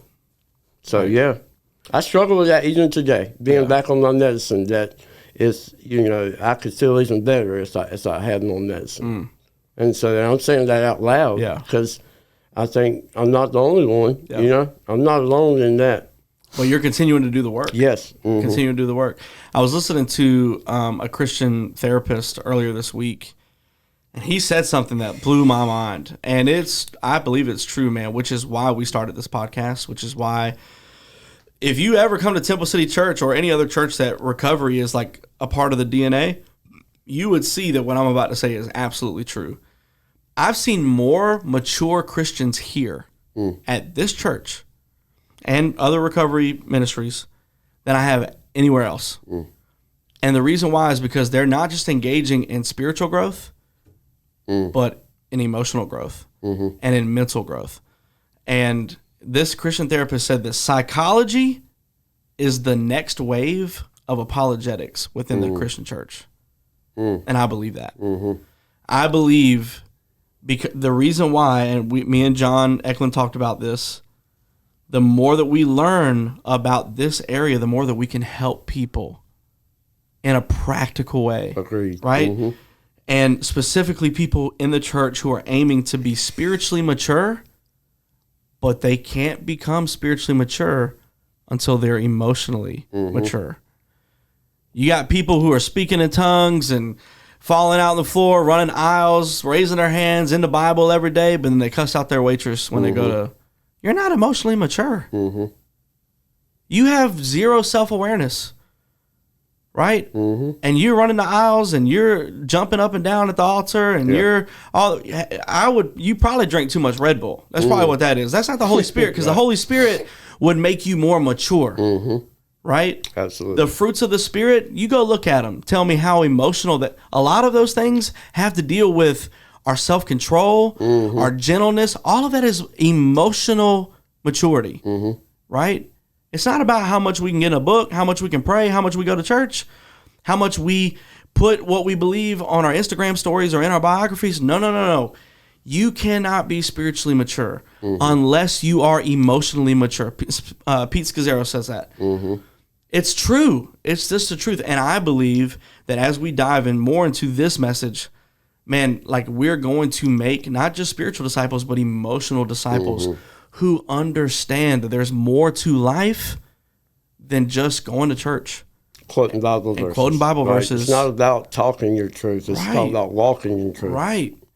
So, yeah, man, so I want to tell whoever's listening, whoever's watching, if you're a Christian and someone has told you that you just need more faith, don't believe the lies. do not buy into that, man. if they've told you, that if you just trusted God more, if you just do this, I'm reminded of Paul. One of my favorite metaphors, one of my favorite stories that Paul tells, and it's not even really a metaphor. He's telling what his life looks like. He says, I had a messenger from Satan, a thorn in my side. And, no one really knows what that was. Like a lot of theologians, a lot of, Bible scholars believe that it could have been lust. It could have been depression. It could have been pride, right? It could have been many different things. A lot of different opinions around that. Doesn't matter what it was. Right. What I do know is that Paul says, I begged God. I begged God. We're talking about Paul, who used to kill Christians, had a miraculous encounter with Jesus, and now is the author of the majority of the New Testament. What we know to be true about the New Testament in majority is because of Paul, right? I would say that he's probably the greatest Christian to ever live, right?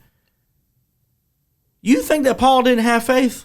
You think Paul didn't trust God? You think Paul didn't pray and fast and believe that God could take this thing out of him? And that's why I said he didn't ask one time. Right. He asked over and over. Over and over. It said 3 times. I asked 3 times, God, take this away.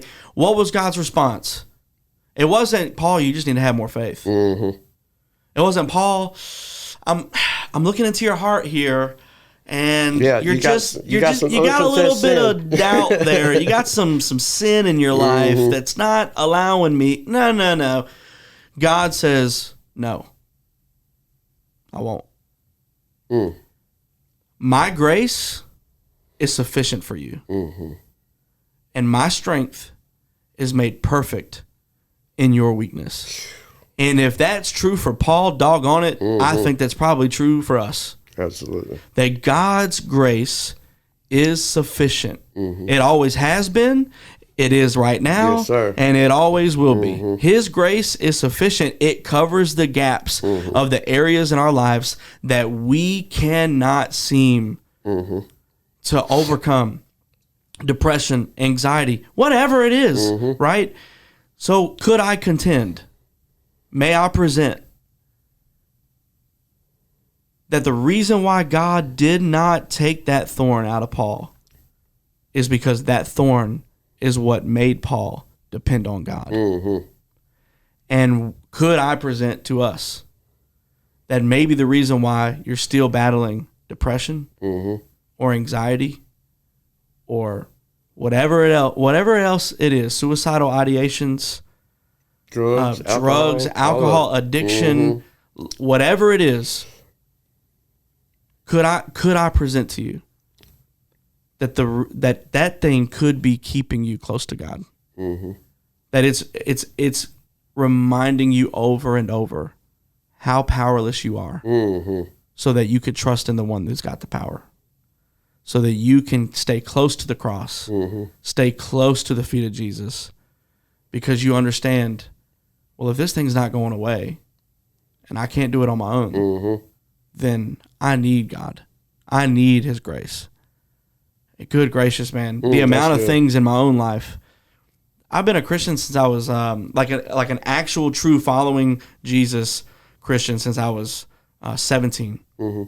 My senior year of high school was when I really not just went to church, but like made the decision I'm going to follow, right? That was my salvation moment. And man, there are things in my life that I've prayed, God, would you take it away? Nope. Would you do, and like, I'm jealous of people like you who said, God, would you take, and he took your addictions away. He took this away, like in a snap of a finger. But for me, like, cause our walk with Jesus is individualized, right? Cause don't hear what I'm not saying. Yeah. Like for some of you, you might pray and God might do that, but for some of you, he might not. Yeah. Cause everything is individualized. We serve an individual God who sees us. I still pray for certain things every day that he still hasn't. Right. Years later. So could I contend that the reason why God maybe has not removed those things in me is because he needed me to see, TJ, you can't do this on your own. You need me. And it does keep me close, bro. It keeps me close. Good God, it keeps me close. So if you're listening to this and that's your story, just stay close. Stay close to him. Your depression doesn't define you. Nope. Your anxiety doesn't define you. No, you're a son. You're a daughter of God. You're a child of the King. So you're not identified by what you struggle with, right? You are identified as a son, as a daughter. Stay close to him. Rely on him. Lean on him. Man, it's good. It's good stuff. We haven't done Q&A in a while. Q&A in a while. And so, man, I don't know where we are on time. Where are we at on time? It's been a minute, it feels like. Can you give me something here? 1:30. Really? Only an hour and 30? Oh, I thought you were saying it was 1:30. No. Casey missed lunch. All right, well, that's cool. We got some time. So Q&A. We haven't done it in a while, but in this particular topic, surrounding suicide, ideation, attempts, and then, medicine within the church, all that good stuff. We put it out there if anybody had any questions, and we got several back. Some of them were duplicates from different people, but there were two that really stuck out to me. And just as a forewarning, these are some. Well, the first one is definitely like a really spicy question. It's pretty spicy. And I kind of told you about it from the jump. So, and you said, man, I'll let you handle that one. So I'll do it. That's fine. But the first question was, if a Christian commits suicide, will they automatically go to hell? Absolutely not. I don't believe that one bit. And I truly believe that God knows our hearts. He knows us from the inside out. He knows every hair on our head. He's known us ever since we were formed in the womb of our mother. Yeah. And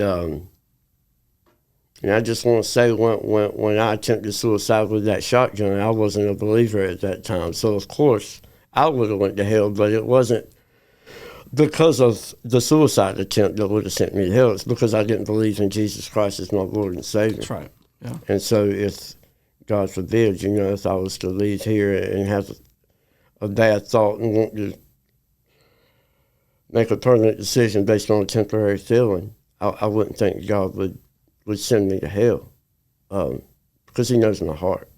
Yeah. And that's the only answer I have for that question is I don't believe that. I don't see that that's biblical in the Bible anywhere.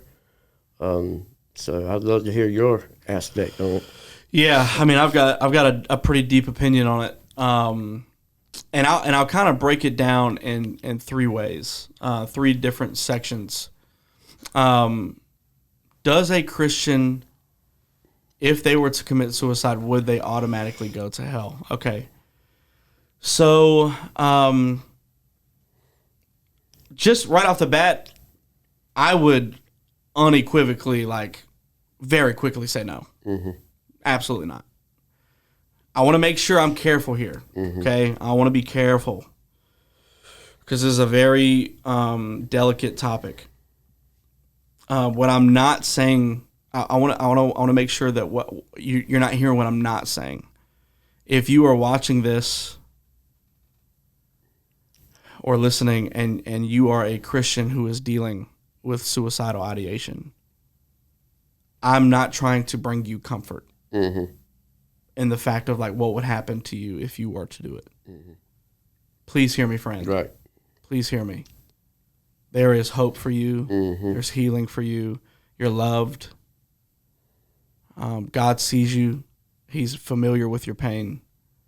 He's not distant. He's not removed. I don't want you to hear anything that I'm about to say and go, well, TJ said that I would go to heaven, so I'm just going to do it. Put myself out of, no. Mm-mm. Please no. Please no. That is not what I want.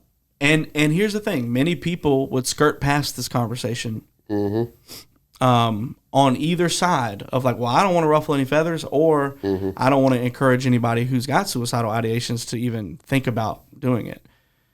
And I think that's a little irresponsible. So that's why I said what I said just now. Yep. But I still want to answer the question. Because theologically, there's room for us to learn here. So the first thing that I would say is, man, there are some moments in the book of Psalms where David is at like his lowest point. Right? Yep. I mean, at his lowest point. And I'm not sure if he was ever suicidal. I'm not sure. I know Elijah at one point was suicidal. I'm not sure, the quite everything that was happening there, but what I do know is that every single time that you see that language being used, God was always right there. Always. David would say, this is how I'm feeling, but God, I know you're here. Where can I hide from your presence? And if I go into Sheol, into death, you're there with me. If I go to heaven, you're with me. If I go on the wings of the eagles, you're with me. If I go to the sunrise and the sunsets, you're with me. Wherever I hide, you see me. Even if I surround myself in darkness, darkness is not darkness to you. Where can I hide from your spirit? Friend, hear me. If someone is in a place and they are suicidal and they are wanting to take a permanent vacation off this planet, they are not in a good mind space. They are not in a healthy place in their minds. It is. That's a fact. No one that does this is in their correct state of mind. There are some serious mental battles going on. You can't even fathom the place that someone would be in. Casey would be able to speak to that way more than I ever would. But you just don't know. You don't know. But I do know who knows. God knows. Absolutely. And God, again, man, how much of a skewed view of God do you have to believe that God would not see it? And while it's not his will, and while he doesn't want that to happen, that he would punish someone by sending them to hell, even though they've already made that decision to put their trust in Jesus. How mean do you think God is? How much of a bully do you think God would be to go, yeah, your life sucks here on earth, so much so that you think you got to kill yourself? Well, now you're going to die again because I'm going to kick you while you're down. Right. What? What? That's insane. God sees you and he knows, right? He knows. He knew what state of mind you were in that night, right? He knew. And I don't think that he would hold that against you. I don't think he would hold it over your head. But what a hope would it be, man, right? To know that God loves us so much, that he's so familiar with our pain, that he would not send us to hell or anyone to hell as a believer for committing suicide. Now, that is just logically how I think about it. Theologically, what I know to be true about God, what I know to be true about Jesus, that would be my initial response. No, I don't think that a Christian who commits suicide automatically goes to hell. Now, like you said, there's a whole stigma, right, around the idea of suicide. Anybody that commits suicide will go to hell. Now, we're not talking about unbelievers, right? Now, whatever you believe to be true about hell, whether it's a literal place or not, whether it's a fiery pit and you're getting tortured and demons are tickling your armpits all day, or if you think that it's just nothing, dark, without God. Whatever it is, I think the Bible's pretty clear that if you don't put your trust in Jesus, you will be separated from God forever. Whatever that looks like. Now, for me, I don't really care what that looks like. I don't want to go there. I want to be with Jesus forever. Whatever your belief is about that. The fact is that if an unbeliever commits suicide, it's still not the suicide that would send them to hell. It's the unbelief. Yep. Just like anything else. It's the unbelief, right, that would separate them from God and send them into eternal separation from him. Just want to make sure that's clear. And you had already hit on that.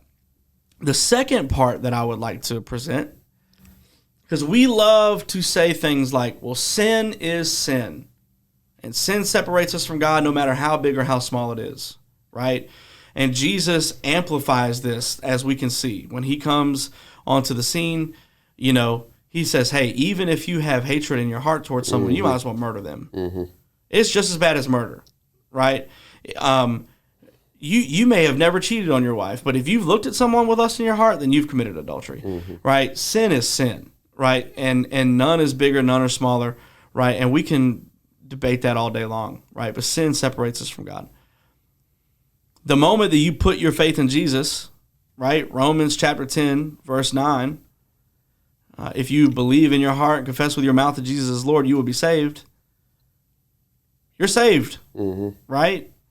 And I'm not going to get into all this stuff about like whether you can lose it or not. That's not for this episode. But what I am saying is that if sin is sin and grace covers sin, all right, just as a preface, people have told me before, I've had this conversation a lot.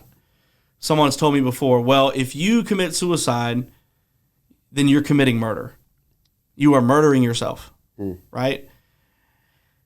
And nowhere in all of that did you have a chance to repent of that sin of murder. You never asked for forgiveness. All right. That's where they would say, that's why suicide sends you to hell, because you've got unrepentant sin in your life. All right, so let's bring it somewhere else. Let's bring it a little bit more normal, not as a far-fetched situation.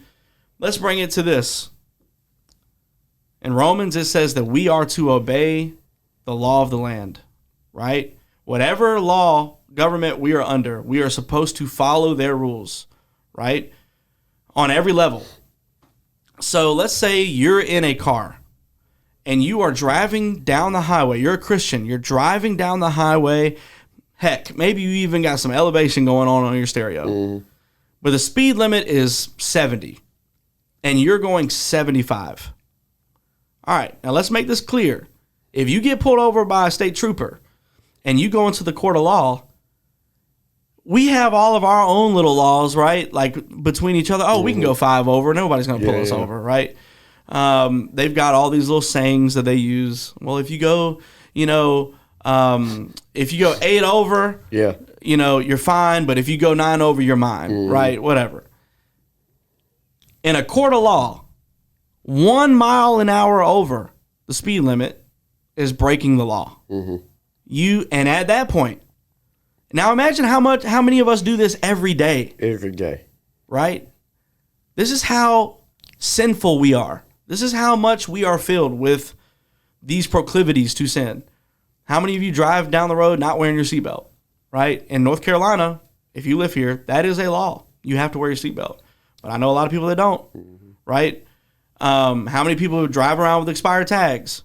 Right? And I know I'm using a lot of car examples, but it's very common for us.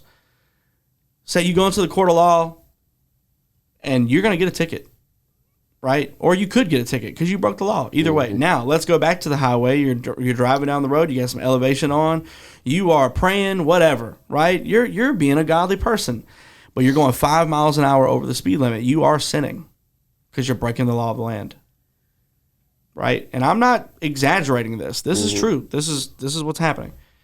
And the car in front of you slams on brakes and you're not paying attention and you hit them at 50, 60 miles an hour. Like, you tried to slam on brakes last minute, but you hit them. And the impact of that crash kills you. You just died with unrepentant sin. You going to hell? Nah. Come on. What are we talking about? Right. No. So many things that we don't consider because we want to use these hot topics to make a point. Yeah, good point. Right? Yep. Get out of here. If you think that the grace of Jesus is that small, we've got some big, we got some way bigger issues.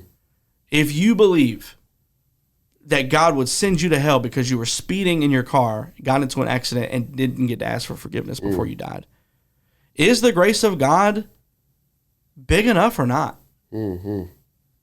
Is it big enough or not? It's sufficient. Right? It's sufficient. So we minimize the work on the cross that Jesus did when he said, Father, forgive them, for they know not what they do. When someone is committing suicide, they don't know what they're doing. Father, forgive them, for they know not what they do. He had every opportunity, every chance, every right to judge the hearts of every single person that had put him on that cross. And he didn't. He said, Father, forgive them, for they know not what they do. All right, that's the second part. So either we believe that sin is bigger than God's grace or we don't. Right. So the third part of that is, I would ask you, anybody who believes this, I'm not trying to be harsh, I'm not trying to be whatever. My question for you is, what's wrong with you? What is wrong with you? Yeah, what's going on inside of you? What is in your heart Yeah.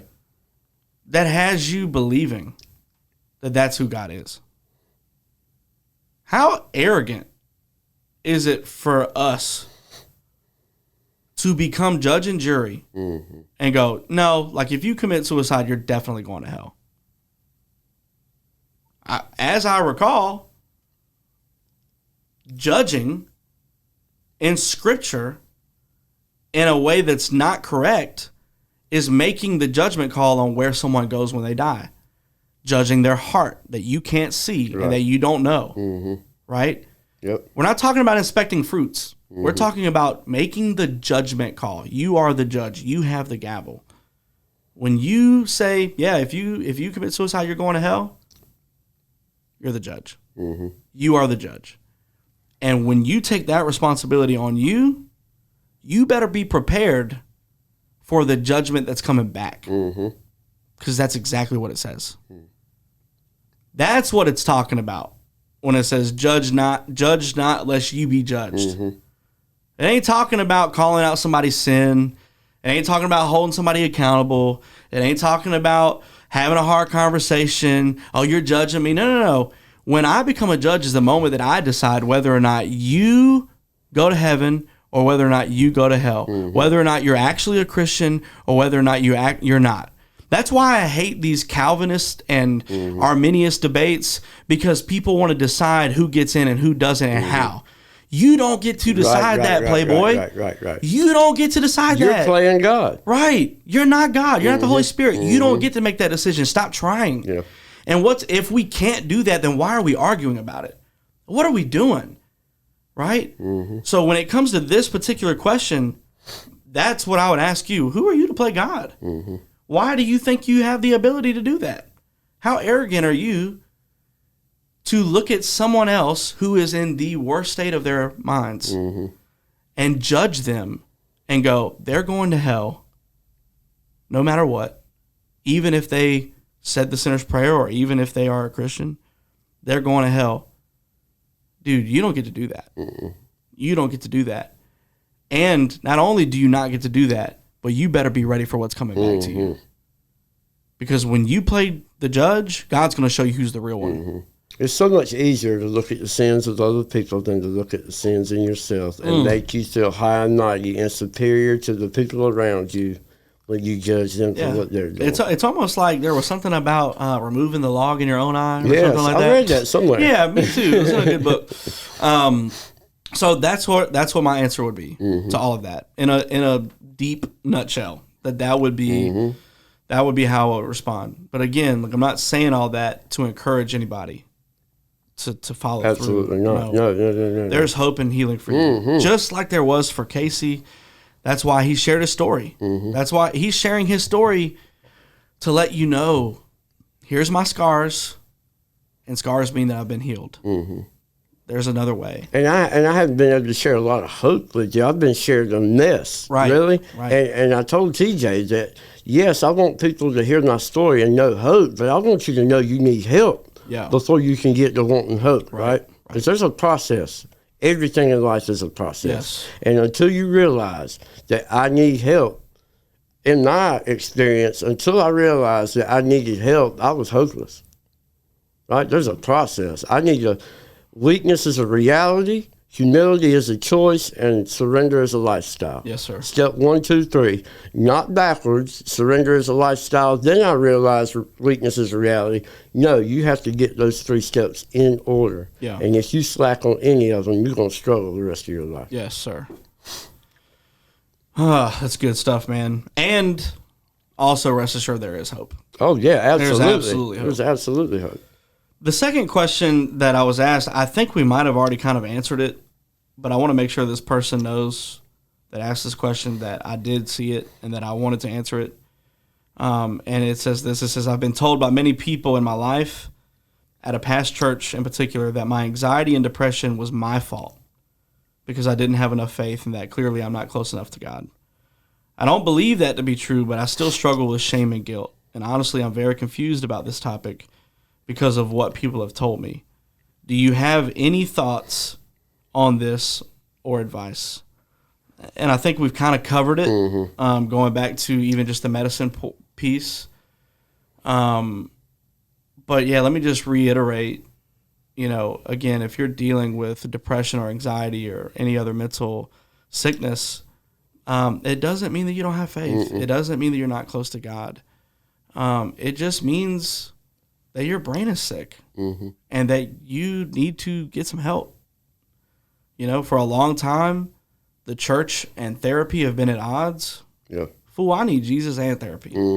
I need Jesus and therapy and medicine. I need all the help I can get. Absolutely. Absolutely. I need Jesus, therapy, medicine, and a process group. Yep.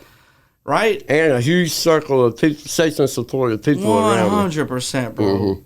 And so, yeah, that's what I would encourage you, the person who asked that question, I would encourage you in everything that we've already talked about, but just to reiterate, it's not true.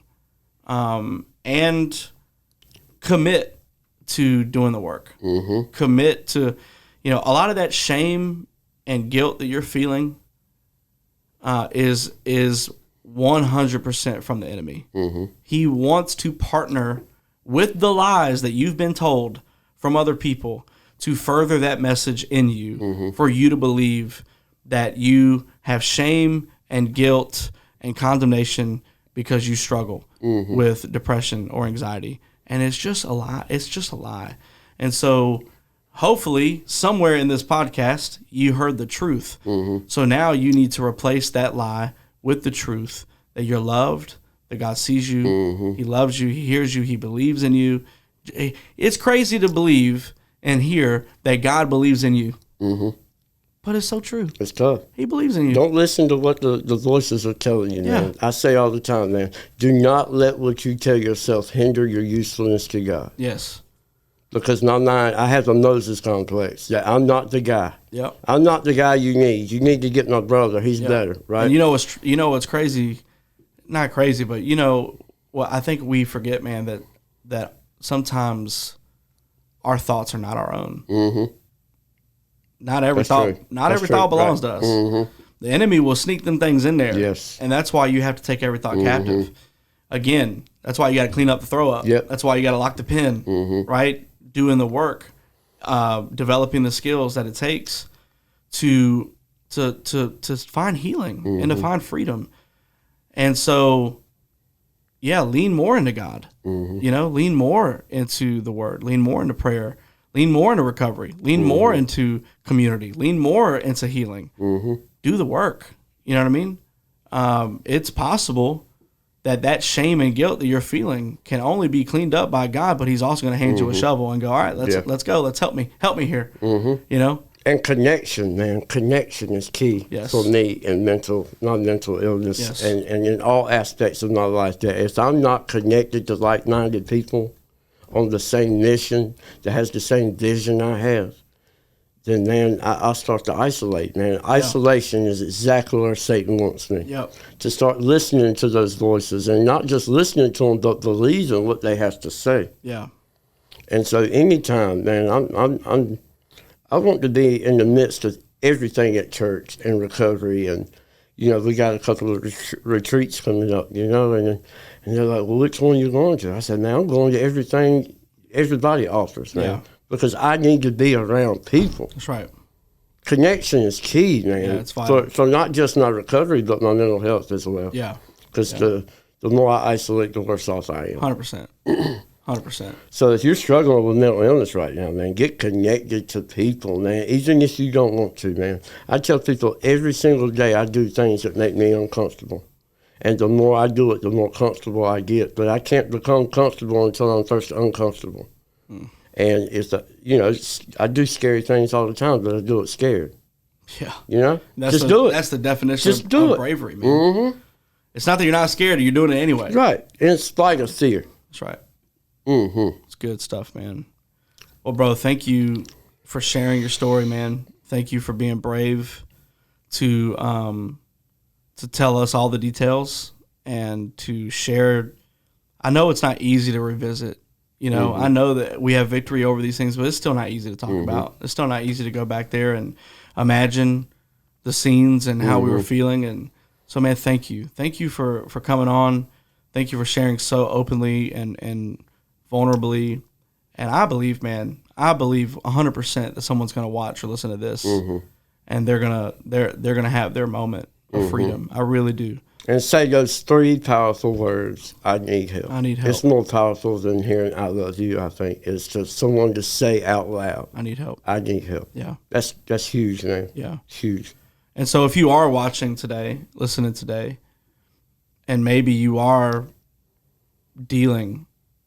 struggling with depression, anxiety, and you're not alone. Anything, man. Anything. Any thorn, right? Any thorn, yeah. You're not alone. God sees you, and if that's hard for you to wrap your mind around, then know that we're here. You know, if you need to reach out, shoot us a message, shoot us an email, a direct message on Instagram, whatever you need to do. Please reach out. Like we've got resources out the yin yang. Mental health coaching now. Yeah, we've got mental health. We're mental health coaches. We've got people on standby, licensed clinical therapists. We've got all kinds of resources that we can offer to help you find your healing and freedom. And if you are immediately right now, as you're hearing me speak, battling suicidal ideation, I want you to know that the suicide helpline is there. I think now you can just dial 988 on your phone, or you can text it 988. So if you need someone to talk to, you know, maybe somebody you don't know because you don't trust people, right? Well, that they're not going to judge you. Right. They want to talk with you. They'll get you connected with some resources, and we want to help. We're here for you. You're not alone. And a lot of times people just need somebody to listen. That's right. Right? Without advice, without opinions, without, trying to fix me. I just need to vent. Yeah. I just need to talk out loud.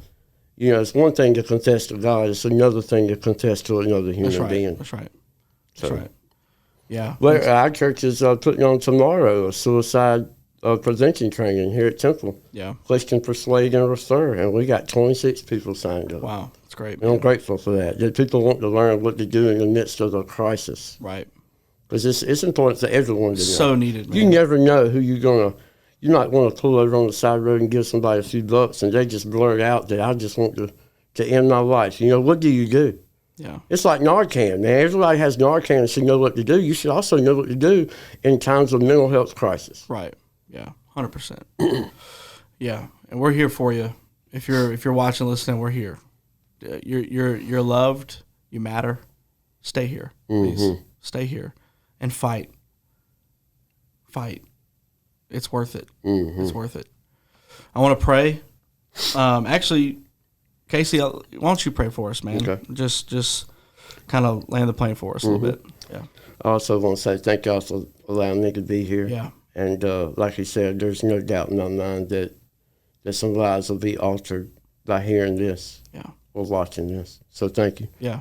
Lord, dear Heavenly Father, we come to you now, Lord, and first and foremost, I want to thank you for what you've delivered me from, Lord Father. And I thank you for what you've delivered TJ and Victor from, Lord. I've seen the changes in their lives. I see how you're working in their lives. Secondly, Lord, I want to lift up anyone that's hearing this voice or seeing me on the podcast, Lord Father, that if you're struggling with something, Lord, just touch them. Touch their heart, touch their mind. Fill that hole they have inside of them, Lord Father. Help them to say, I need help. Give them conviction. Give them hope. Direct their steps and protect their path. Guide them into where exactly you need them to be, where you want them to be. I pray that you just bless those that are struggling right now. Help them to get help, Lord. Provide for them the resources that no one else could provide. Give them a refilling, a rejuvenation of the Holy Spirit, Lord. You know for a fact that we all have a God-sized hole in the middle of us, and we try to find everything else to fill it but you, Lord. Give us all a renewed willingness to fill our hearts with you. Nothing of this world.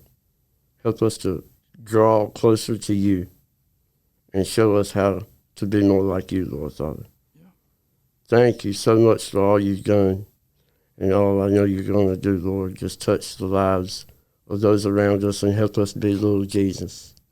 I just want to be a little Jesus to the people around me, Lord Father. We thank you and honor you and praise you, Lord. Amen. Amen. Hey, thanks for tuning in today. We appreciate you watching. I just want to remind you that if you are tuning in, share this. Let's get the word out. You know, this could help a lot of people.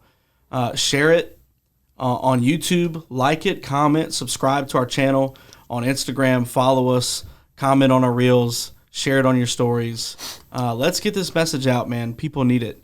More than just, suicide awareness and mental health help, but they need to hear about Jesus and what he's got to say about all this too.